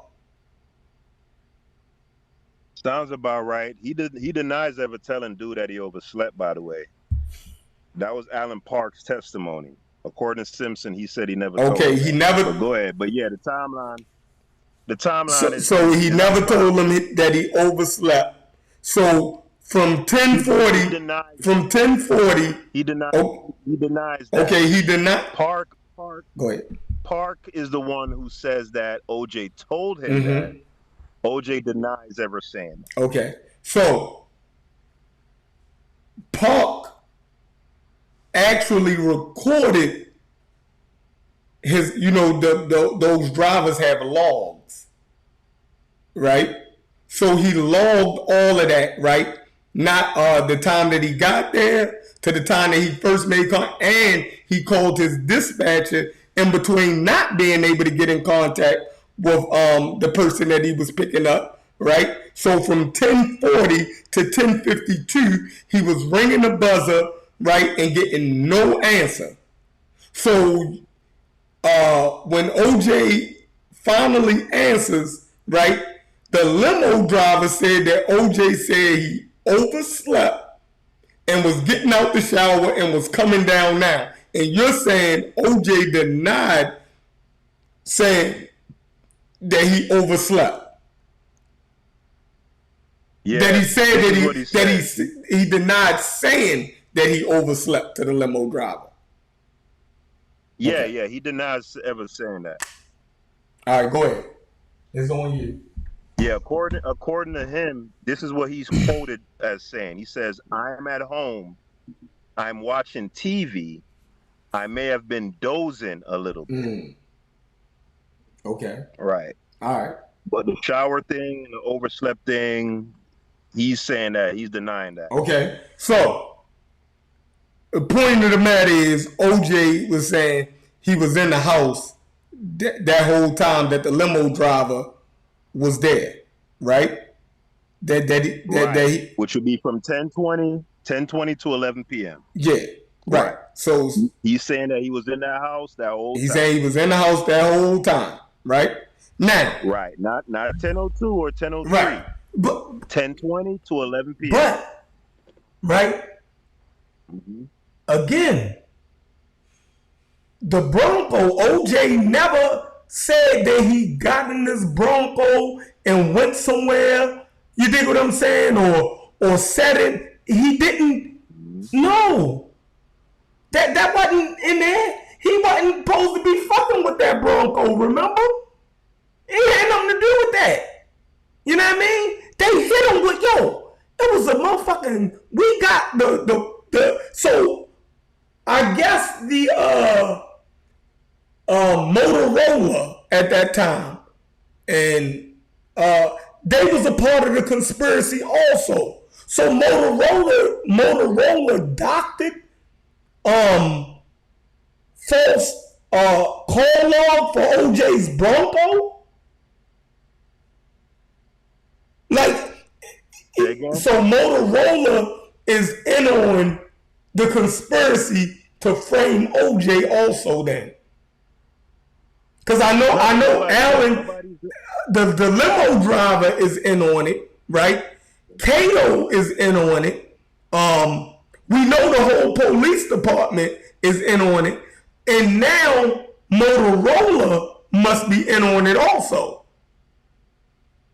Why would Motorola be in on it? Nobody denies the call being made. Bro. Nobody denies that. So if OJ wasn't in the Bronco, right, at 10 o'clock, at this girl crazy, at 10 o'clock or whatever, then we can throw all of that out. But we can place somebody in that Bronco after 10 o'clock. Yeah, you could place somebody in that Bronco at 10:02, 10:03. Okay, great. All right, I'm gonna leave it there. I'm not gonna badger you. I just want the audience to hear this. You dig what I'm saying? I don't know what they're supposed to be hearing. Like, now, if you had OJ on the record saying that once I left Cato, I went inside the crib, never came back out until Allen Park came and got me around 11 p.m. Now you got something. That's what that's right what he now. said though, bro. He did. In the police interviews, he went in the house after he left Cato, bro. He didn't go nowhere else.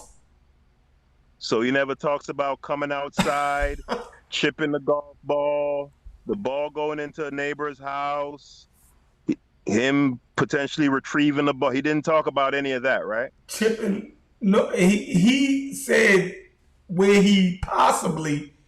He gave 3 different stories of how he cut himself. You dig what I'm saying? They couldn't even nail down. How do we get to the cut? Wait a minute. How we jump from what he was doing? Because he said he might have cut himself chipping golf balls, and he was trying to explain where the cut came from. That's where he mentioned chipping golf balls. Yeah, but Chef, you're all over the place, right? You were making a point about the 935 leaving Cato Kalin, that he basically went into the house and never went anywhere else after that. And then my question to you is, so in those interviews, he never spoke about being outside, chipping the golf balls and all of that. You don't recall any of that? No, that he gave that thing about chipping golf balls is for one of the possible reasons he could have cut himself or got the injury. Not that at 10:35 he was outside, and at 10 o'clock he was outside chipping golf balls.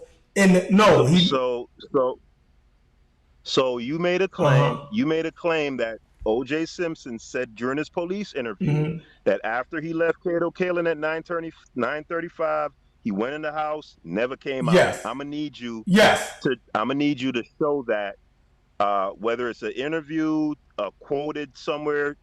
Show that, bro. So you saying? Hold on. So you saying that what the defense put forth? You're introducing something that the defense didn't even put forth. I didn't introduce anything. I asked you about your claim. No, I'm giving the claim. I'm giving OJ's his alibi. Testimony. Yeah, no, his alibi was that he went. You know what I mean? In the house and the police. Yeah, exactly. Right, and all I'm asking you to do is whether you can do a quick Google search and find, because the testimony, that video is on YouTube, just so you know, right? So now you said that he said that after 9:35, went in the crib, never came out. Demonstrate that, Chef. That's all I'm asking for. Now, I don't want to talk about no cuts and none of that. Just demonstrate that claim. Oh my God, yo, this is insane. OJ said he went in the crib at 9:35 and never came out. Show where he said that.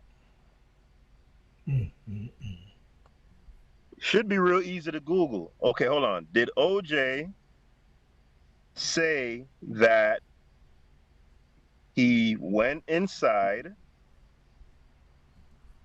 at 9:35 and never came back outside until Park picks him up? What's my listening? All right, so it says here, according to his testimony and timeline established by the defense, the events of the evening of June 12, 1994 unfolded as follows, right? So this is from the defense. 9:35, O.J. Simpson and guest Cato Kalin returned to the Rockingham estate after getting food at McDonald's. Simpson claimed he went inside his home at this time and never left the premises until limousine driver Allen Park arrived to pick him up from the airport. This is according to CNN. Okay? 10:25, Alan Park arrived at the Rockingham estate to drive Simpson to the airport for a flight to Chicago. So according to CNN, they're saying what you say, right? But I'm looking for OJ's OJ's actual testimony, right? So this is what we gonna do. We're gonna find that video on YouTube because it's like a 30-minute video of that interview. Because you don't think CNN be lying. So we always gotta go where everybody gotta be lying. That's your only defense, bro. Listen. In a racially charged trial in America, yes, the media, the judicial system, the police, they all will conspire to lie on black people. It's happened time and time again, right? So if he said it on that call, it should be recorded, right? Said it on what call? You said it was a police interview, because remember, when he first came back from Chicago, let me see if we're talking about the same interview. It was multiple interviews. Hold on. Well, any interview, right? I'd like to hear it or get a transcript of it or something, right? I'd like to because remember, when he first came back from Chicago, he actually sat down with Tom Lang and Philip Van Adder, I think it was, and he did a 30-minute interview with them with no lawyer, right? So you're saying you're not sure if it's that interview, but you're saying there was some interview at some point where he says, I went inside the house at 9:35 and never came outside. And all I'm saying is I want to either hear that out his mouth or get a direct transcript from that interview where he says that to police. Okay. That is crazy. The stuff that you... That's a crazy ass? That's a wild ass? Yeah, I mean, you fight, you fight everything. Like, is to the point where is everybody got to be lying. O.J. Simpson's basic alibi was that he was home at Rockingham Estate, right, on the night of June 12, 1994, getting ready for a late flight to Chicago. When limo driver Alan Park finally reached him through the gate intercom, Simpson said he overslept and had just gotten out of the shower. Park testified to that directly. But now we know that Park is a liar also. Okay? The defense's broader point, this is the defense. The defense's broader point was OJ was not at Nicole Brown Simpson's condo during the murder window. He was at home, then left in the limo for LAX. The problem for the defense was that Park's testimony hurt that alibi. Park said that he arrived around 10:25 p.m., pulled up to the gate around 10:40, repeatedly buzzed with no answer, saw no lights on in certain areas, and did not see the white Bronco where it was later found. He said Simpson did not answer until about 10:54, shortly after Park saw a person around Simpson's size enter the house area. So in plain terms, OJ's alibi, he was home, had overslept, had just showered, and was preparing to leave for Chicago flight. Prosecution's attack. They argued he was not home during the key murder window, had returned shortly before answering the intercom, and used the limo trip as cover. A contemporary report summarized Park's testimony as damaging to Simpson's murder night alibi. Now, what do you want me to ask this about? Did OJ say that he left the house after 10:35. Okay. No, I just want you to provide some evidence for your claim. You claim that OJ said in a police interview that he went in the house at 9:35 and never came out. It's real simple. Now, to be fair to you, we wasn't really coming prepared like this. I think this live we doing tonight is a good preliminary to hash out the storyline. We could spin the block again, once we hash out certain things and really get down and drill down into Because details. we ain't even get into the DNA and all that yet. That's where it get. Yeah. That's gonna be. It's not gonna be done in one show. Right. But you made a definite claim, right? And if he said that in an interview, it's gonna either be in a transcript or are recorded. Would you agree with that? Yep. If he said I went in the house at 9:35, never came out, it's gonna be recorded somewhere. Mm-hmm. Okay, and I don't think it's a wild ask or conspiracy theory to simply say, okay, I'd like to see that or hear that. Is that fair on my part, or is that wild conspiracy nigga shit? That's cool. It's cool. I'm cool. I'm cool with that with Kato. Hold on, let me do this first, and I'm gonna let you go. I'm gonna find it because I don't think he gonna find it right now on this live, on the fly like that. But it's a good point of contention, and it's some good homework. You know what I'm saying? When we come back, we gonna go over these same points, but we'll know what each other is arguing, so we could do our homework, get all our ducks in a row, get all our sources, and yeah, we could really hash it out. Alright.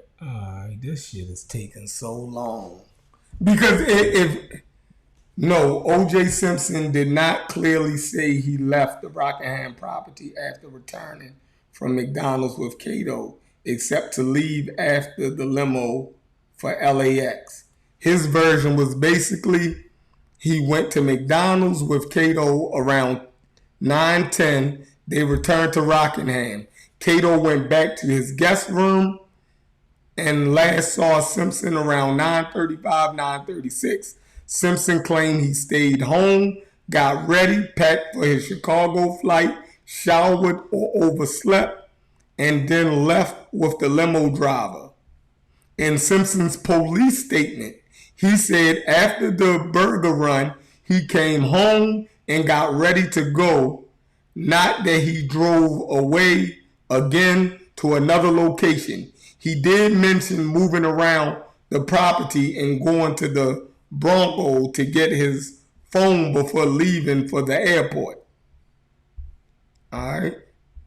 That's why the prosecution's focus on the gap. Kato not account for OJ from about 9:36 p.m. until the limo driver reached him around 10:54. Park testified he arrived around 10:25, did not see the Bronco where it was later found. Got no answer at the intercom at 10:40, then shortly afterward saw a figure about Simpson's size enter the home before Simpson answered and said he overslept and just got out the shower.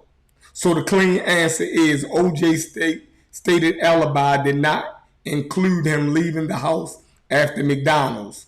The prosecution argued that he actually did leave during that unaccounted for window. So OJ said he went to his car and got his cell phone out of the car, out of the Bronco. Okay. All right, let's do this. So that would potentially explain the call at 10:03, right? Yes. There you go. See, now we getting somewhere. Did he? All right. Where's the police interview?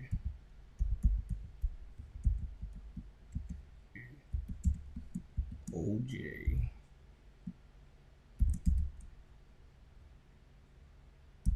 making the claim about the cell phone. Cause I'ma find that. Yeah, we could go to something else. I think on another show, like I said, we could do homework and then get back to that. So, where would you like to go with it right now? Okay, it's in O.J. Simpson's June 13th, 1994 LAPD interview. There you go. Statement So with that's just what I was detectives saying. Philip Van Adder and Tommy Lane And Tom Lane. at Parker Center. The transcript identifies the interview as starting at 13:35 hours on June 13. Yeah, okay. The cell phone claim appears in two key places. One, when explaining why he got into the Bronco after coming home from the recital, Simpson says he used the Bronco because my phone was in the Bronco. He also says he called Paula Barberari from there and checked his messages. Two, when asked about bleeding in the Bronco, Simpson says the last thing I did before I left when I was rushing was went and got my phone out of the Bronco. Then Lang asks where the phone is, and Simpson says it is in his bag, specifically that black bag. Wow. OJ, oh my God, bro. Wow, what happened? Listen. So, he said he went and got the, okay. He said Simpson says he used the Bronco cell phone. He used the Bronco because my phone was in the Bronco. He also called Barberari, right? Two, when asked about bleeding in the Bronco, Simpson says, the last thing I did before I left when I was rushing was went and got my phone out of the Bronco. Then Lang asks where the phone is, and Simpson says it's in his bag, specifically that black bag. You dig what I'm saying? So OJ, either he was in the house, sleep, overslept. You dig what I'm saying? The limo driver ain't say nothing about him going to his Bronco to get no damn cell phone out of the Bronco. You feel me? Like he must have had all of that stuff beforehand. You dig what I'm saying? When leaving the Bronco, when he was already bleeding. That's crazy. Do you understand what I'm saying? I don't know what you're trying to put across. I'm it's raining. So you saying? Go ahead. Yeah, you saying that because he claimed that he went and got the phone right before he was about to leave when he was rushing, and that he put the phone in the black bag. Mm-hmm. What is that? What's the significance of that? I don't because he claimed he was in the house, sleep, and in the shower. He never claimed that he was asleep. Bro, listen. This is what Park says. This is what the limo driver said he told him. That's what the limo driver right. said. Right. So the limo driver, right? Listen, the limo driver is corroborating OJ's alibi. He's not going to get. He's saying this is what OJ said he was doing. He's not trying to jam OJ up. He didn't even say the figure that went into the house was OJ Simpson. He just gave a size, you know what I mean, of the figure that went into the house. He said OJ said that he was asleep, you know what I mean, and coming down from, he had overslept and was coming down from showering. He's not even trying to jam OJ up at this point. I'm trying to get across. It don't seem like it. You feel me? Yeah, again, bruh. Okay, cool. So what's the overall point? Was that if OJ claimed he was in the house watching TV, you dig what I'm saying, and dozing off and showering, right? So he wasn't asleep, he was dozing off. You know what I mean? He overslept over. You know how a motherfucker say, yo, your girl be like, get up. You be like, I ain't sleep, I'm just dozing off. I don't know. I don't understand what OJ talk. Riddles. He got too much shit going. He think he can talk his way out of a lot of shit. You know how you tell people, yo, don't talk to the police, yo. You feel me? Wait for your lawyer. You know what I mean? Because the nigga, he shouldn't have been talking to him. Because he jamming himself the fuck up, right? So now he not asleep, right? He never told the limo driver he was asleep, but he testified, but he told them that he was in the house watching TV and dozing off. Like, I don't know what we, like, is that, are you really saying something? Or is you think what I'm saying? So you didn't tell the limo driver nothing about sleep when you just told the police that you was dozing off. So the limo driver made all of that up. Like, it's too close to what the fuck you said to the police. You think what I'm saying? Dozing off and sleep, like, I never told him that. So whatever the limo driver made up was close to what, it was too close to what OJ said. So let's say the limo driver got dozing off mixed up with overslept. But that was the reason why OJ didn't answer the intercom for 12 minutes, right? Right. Because he was. I get the point. Right. I get the point that you're making. All right, so now let's get to the cell phone. Now, if OJ was in the house, dozing off and showering or whatever, you dig what I'm saying? How did you get cut and go to the Bronco and get the cell phone and get the blood? Or when did the cut and stuff happen and you went to the Bronco? You came from Cato, didn't see no blood, you bleeding or anything when he left you at 10:35. You know what I mean? There was no blood in the goddamn what you call it? In the Bronco? In the Bentley. There was no blood in the Bentley. OJ claimed he cut himself in Chicago in the hotel with a glass. He actually called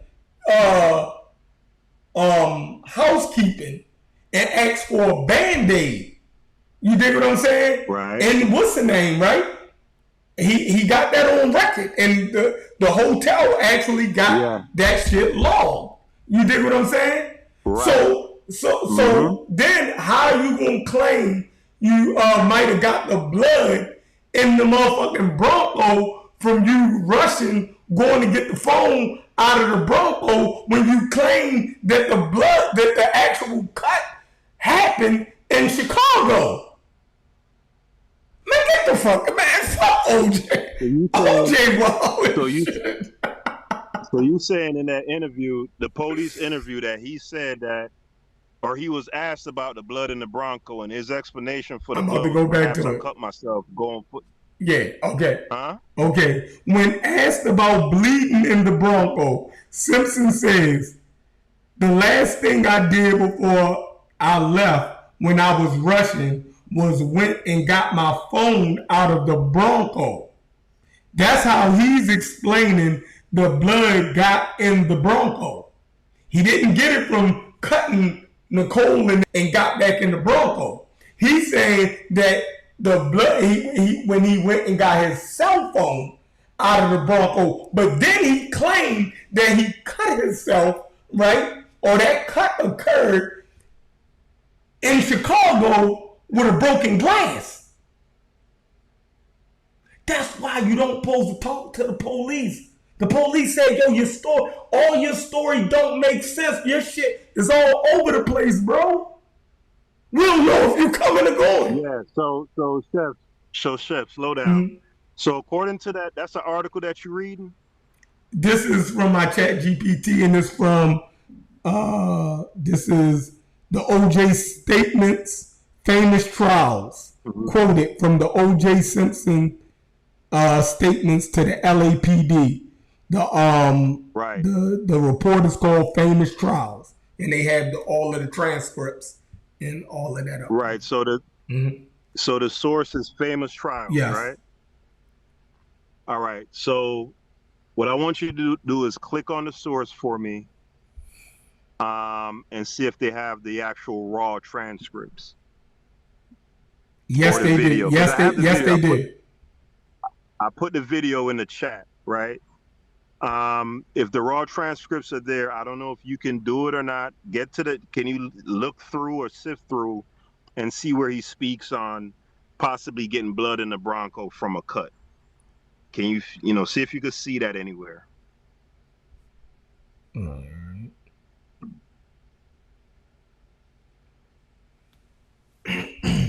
This shit is long, bro. This shit, let me see.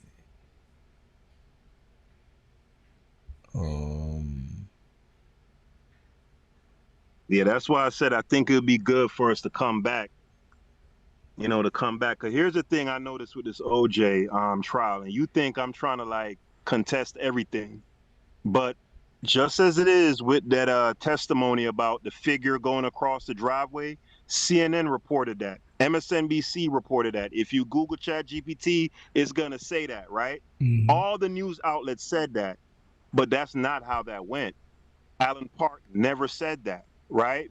So when you quote a ChatGPT source or whatever that says OJ said that he cut his hand in the Bronco with the phone and blah blah blah blah blah, I gotta simply ask, I need a primary on that. If they're saying that he said that in the interview with Lang and Van Adder on June 13th, okay, we have that interview on YouTube. I put it in the chat.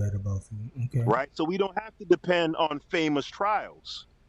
If what Famous Trials is saying is facts, it's gonna be in that interview, right? Mm-hmm. And we can find that and see that for ourselves. That's all I'm saying. Let's confirm that. All right, so I got the whole transcript up. Hold on. Shit. I got the whole. Can you hear me? Yeah, maybe you could do like a control find. I don't know if you got find on your computer and type in Bronco and it should go right to that word. You know what I'm talking about? All right.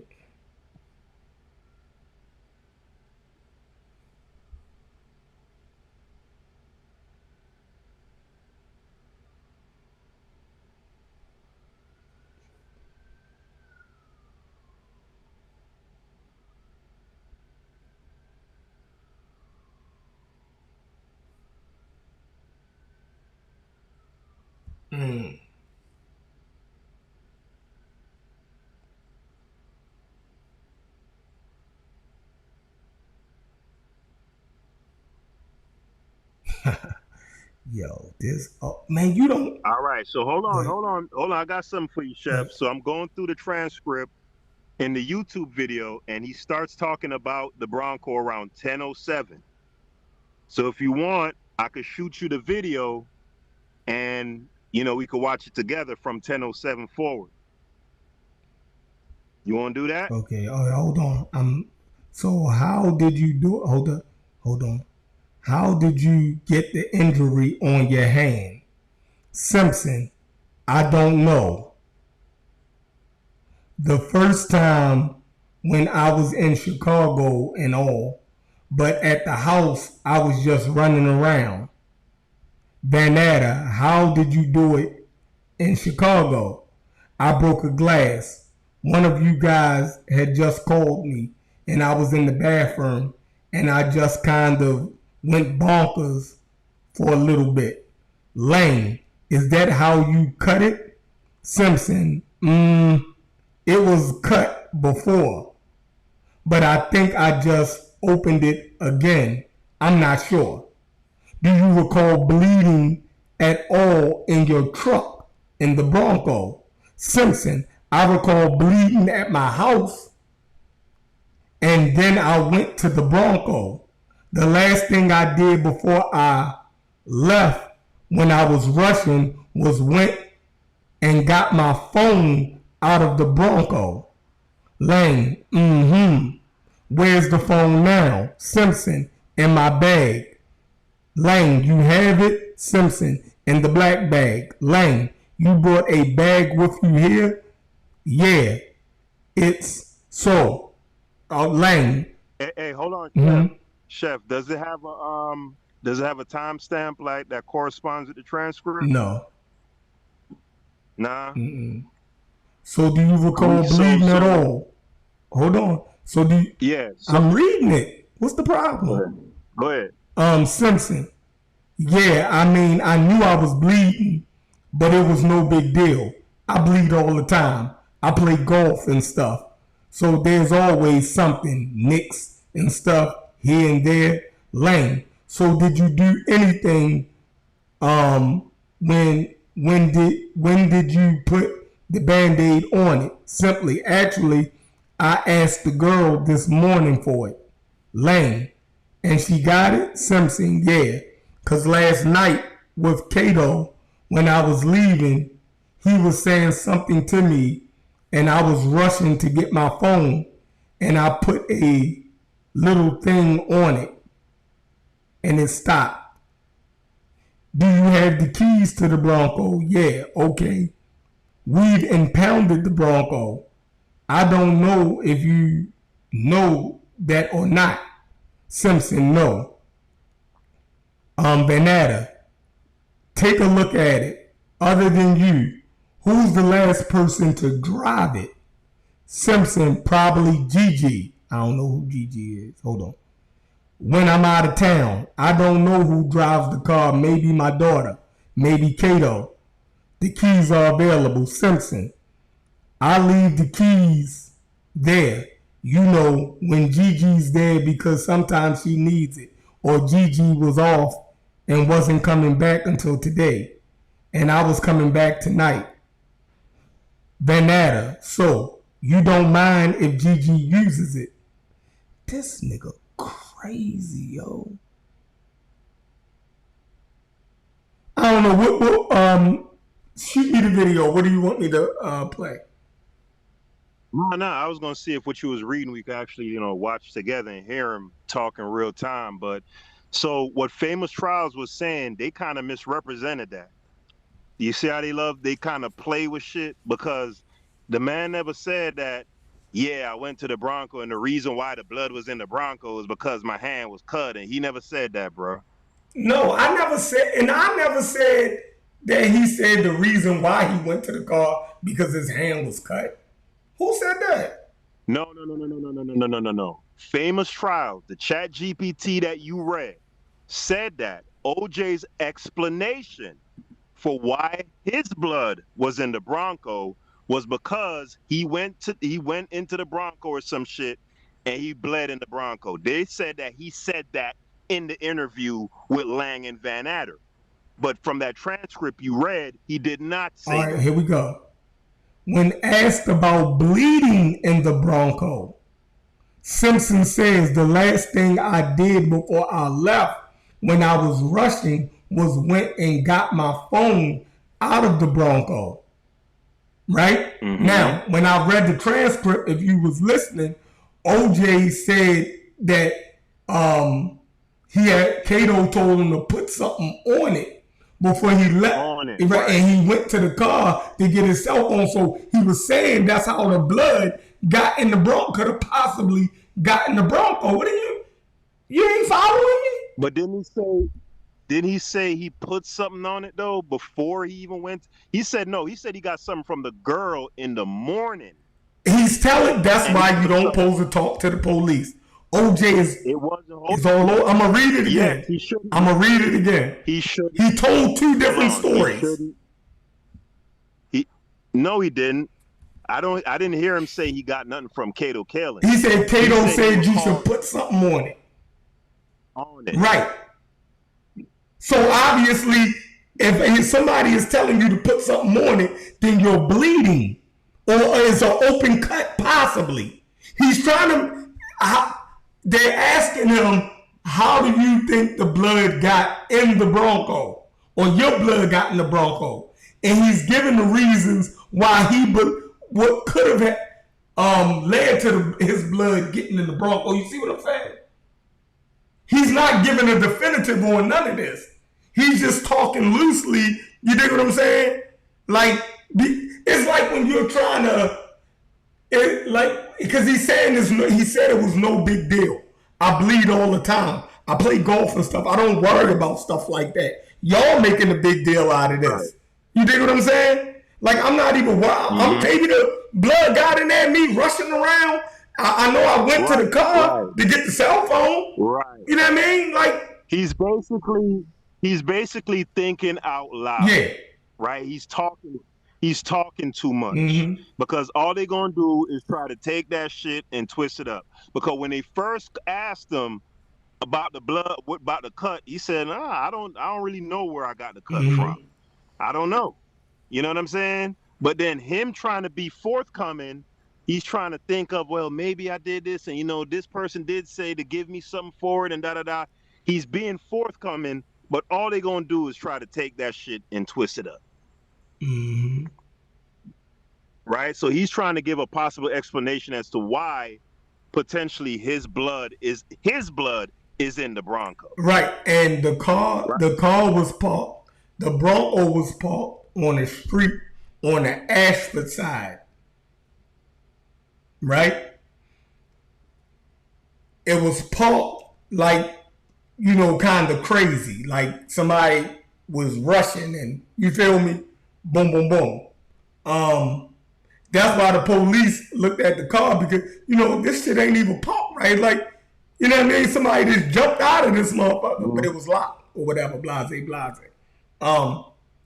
And that's when they noticed, some blood or something on, the car. And by how the car was parked, they said, let's go over the wall. Like, ain't nobody answering. Let's go over the wall, blase. OJ said, listen to this. This is the transcript. It says, where did you park it when you brought it home? Simpson, the first time probably by the mailbox. I'm trying to think. Or did I bring it in the driveway? Normally, I will park it by the mailbox sometimes. Lang, on Ashford or Ashland? He says on Ashford, yeah. Where did you park yesterday for the last time? Do you remember? Simpson said, right where it is. Right where it is. Lang said, where it is now? Simpson said, yeah. Right? Lang says, where on? Question. Simpson says, right on the street there. On Ashford. Simpson, no. On Rockingham? Lang, you parked it there? Simpson, yes. Lang, about what time was that? Simpson, 8-something, 7, 8, 9 o'clock. I don't know. Right in that area. What?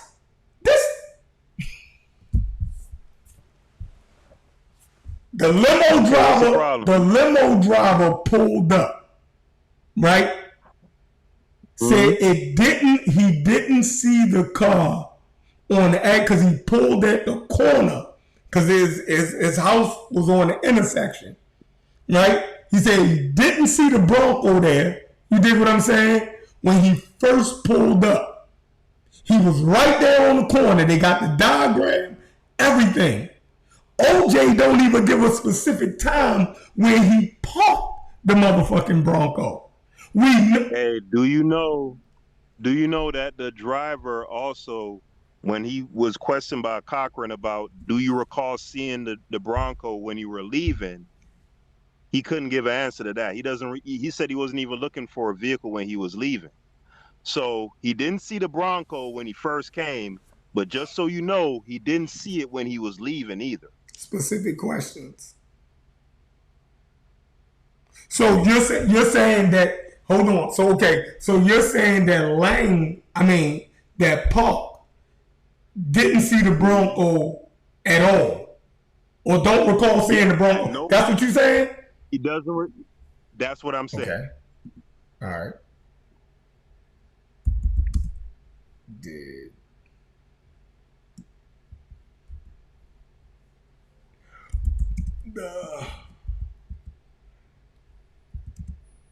oh my God, I got to go. Probably. Yeah, we could wrap it up, bro. This was a good little prelim. You know what I'm saying? I see how you coming now, so. We didn't even get to the shit that you was really contesting.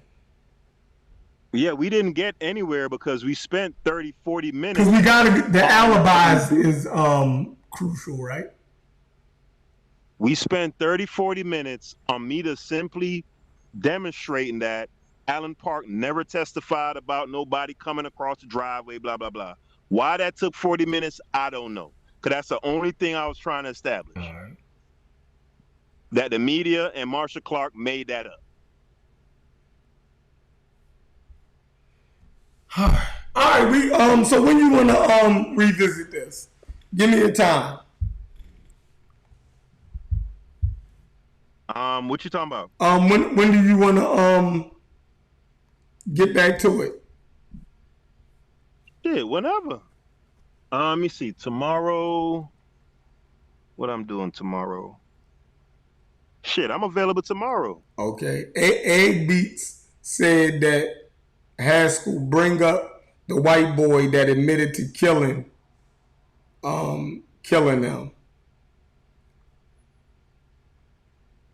Oh yeah, we could get there at another time. We get there at another time. But yeah, so did you chat GPT what I just said, that Park never testified to ever seeing the Bronco at any point? Okay. Yeah. Let me see. Boom. Why the hell it ain't go to it? It says famous trials.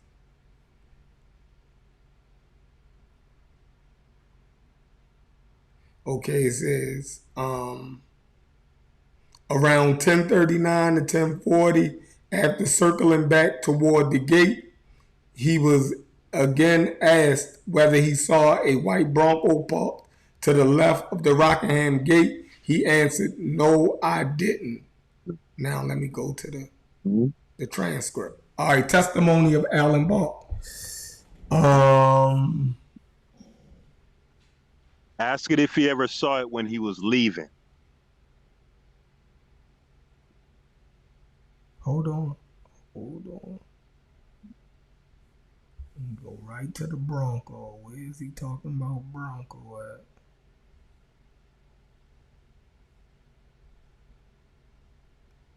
Alright.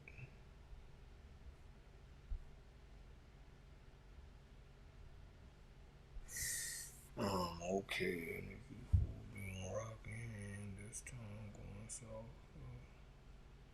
Okay. Miss Clark. Okay. And as you pull down Rockingham, this time going southbound on Rockingham, and looked into the Rockingham gate, did you see any car, white Bronco, parked to the left of the gate as you faced it? Mr. Park, no, I didn't. All right. Miss Clark, when you pulled up to the Ashford gate, sir, the location shown by the green arrow, can you tell us what time it was? That was at 10:40. Miss Clark, how do you know that? Because I looked at the clocks again. Miss Clark. Hey, Sheriff, we already established that he didn't see a Bronco when he pulled up. Right. Did he see one? Did he see it when he was leaving? Hold on, I'm trying to get to it. All right, so he didn't see the Bronco when he pulled up. All right, let's go. Keep going. Do I see Bronco again?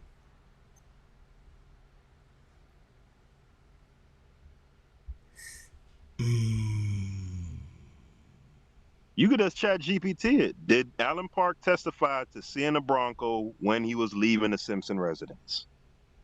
Simple as that. Okay, hold on. I'm actually on the transcript. Let me see.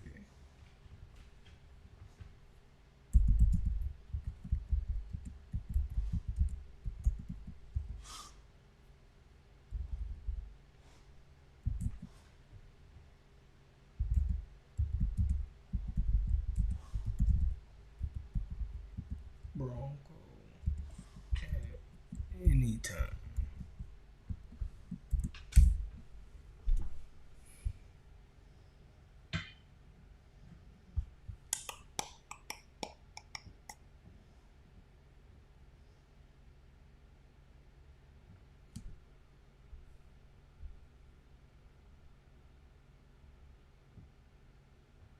Okay. It says, no, Alan Park did not testify that he saw the Bronco at any time that night. What he did say, at about 10:22 to 10:23, when he first drove to Rockingham, he was asked if the white Bronco was there. Park answered, I didn't see it. At about 10:39 to 10:40, when he pulled back toward the Rockingham gate, he was asked if he saw a white Bronco parked to the left of the gate. Park answered, no, I didn't. The only yes was when Marshall Clark showed him a photograph of the Bronco in court and asked if he saw the Bronco in the photo. He said yes to recognizing it in the photo, not that he saw it there that night. So the clean answer is Park never said he saw the Bronco parked at Rockingham that night. His testimony was that he did not see it when he arrived or when he checked again around 10:40. Boom. Okay, and how about when he was leaving? After he picks up Simpson and he leaves, did he see the Bronco at that point? That's the question, Chef. I don't know why I got to keep No, repeating because that, but all right, now I'm about to ask the question. But the point remains, right, that he pulled to both gates, and where the car was actually parked at, he said when he pulled up, he didn't see it. right. All But right. if OJ committed the murders and escaped in that Bronco, right? Because that's the prosecution theory. That's what you agree with, right? Yes. Okay. So when he does come back at 10:55 from killing them people, as you believe, it would have been in that Bronco, right? Mm-hmm. Right. So the Bronco would have been parked somewhere around Where OJ left it at, on the street. Right. And so did Park see the Bronco at any point, including when he was leaving? He didn't ever claim that he listen, I just read it. It says no, Park did not testify that he saw the Bronco at any time that night. That's the direct Anytime. So why would you go ahead? The point that I'm making is that reduces it actually kills the significance of him not seeing the Bronco when he arrived. The fact that you didn't see it when you arrived or when you left, because we know for sure that it was there when he left. You agree with that part, right? OJ said he parked it there. Yeah. According to OJ. No, forget about OJ. Mm-hmm. I'm asking you, based on the defense timeline, based on the defense's theory and your theory, right? Your theory says that OJ committed those murders, hopped into that Bronco, drove home, parked, and went inside, right? Yes. That's the that's the only theory. That's the only theory. Perfect. So the Bronco would have had to have been there when Park was leaving. By the time Parks was leaving, right. Right. And he never saw a Bronco when he was leaving. So it says that he never testified that he seen the Bronco anytime that night. Because they actually listen, Trev, hold on. Listen. I'm gonna find the testimony for you because it's on YouTube. I got the transcript right in my face. Hold on. Johnny Cochran actually directly asks him, "Did you see a Bronco when you were leaving?" And he said, "No, I wasn't even looking for no cars at that point." Right, because he got his man. He was right. So I got tunnel vision, but he said. What he did say was when he pulled up to both gates, we already and got he that didn't part see it, bro. You didn't see the right. So at that time when he pulled up, he didn't see it. We already established that. Right. So my point that the point that I'm driving home is the fact that you didn't see it when you were leaving, even though it was actually there. That kills the significance of you not seeing it when you arrived. You just didn't peep it. I think not seeing it. I think when he testified pulling up to both gates, when he was looking for OJ and not seeing it, right? It goes towards, the Bronco not being there more. You dig what I'm saying? Because, all right, now, once I get you, anybody can park, you know what I mean, blase. But if this is your estate, I know I don't see the Bronco when I pull up. Now, after waiting for you for 20 minutes, 30 minutes, thinking you're not there, finally seeing somebody, and then getting in contact with you, I ain't even worried about nothing else after that. You dig what I'm saying? Like, me seeing different cars and stuff after that, I'm not even paying attention to that no more. I mean, that's what I'm thinking. Okay. But I'm pulling a Haskell now. So hold on. So he would have been paying attention to that when he arrived? Yes. Is that the argument? Yes. Why? Did he know OJ owned a white Bronco? No, you will be, when you're looking for somebody, you're supposed to be picking them up, you're looking at the houses, you ain't getting no anger, you noticing the different cars. Is anybody here? You dig what I'm saying? And you notice, I don't see a car right there. I don't see. It would be you will be looking for those things more readily when you pull up than when you're leaving. Is what I'm saying.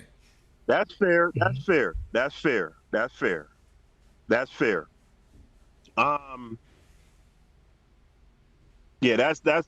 that's completely fair.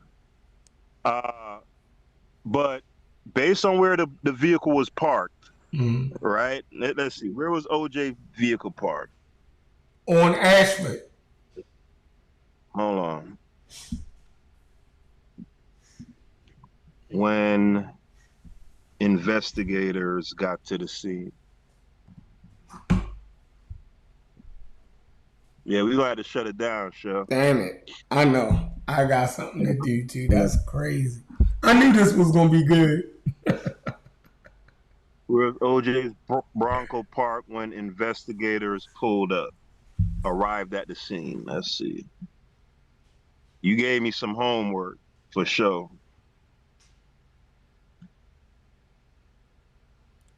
Let's see. When investigators arrived at O.J. Simpson's Brentwood estate on June 13th, 1994, the Ford Bronco was parked facing north on the curb just outside the Rockingham Avenue gate. Oh, the Rockingham. All right, perfect. We're going to leave it right there. Now, it wasn't Ashford. Okay. It was Ashford. It was on Rockingham. So we gonna leave it right there, and we gonna spin the block tomorrow. All right, but Nate, good looking. Good shit. Do your homework. Yes, for sure. Peace. That was Haskell Cochran, y'all.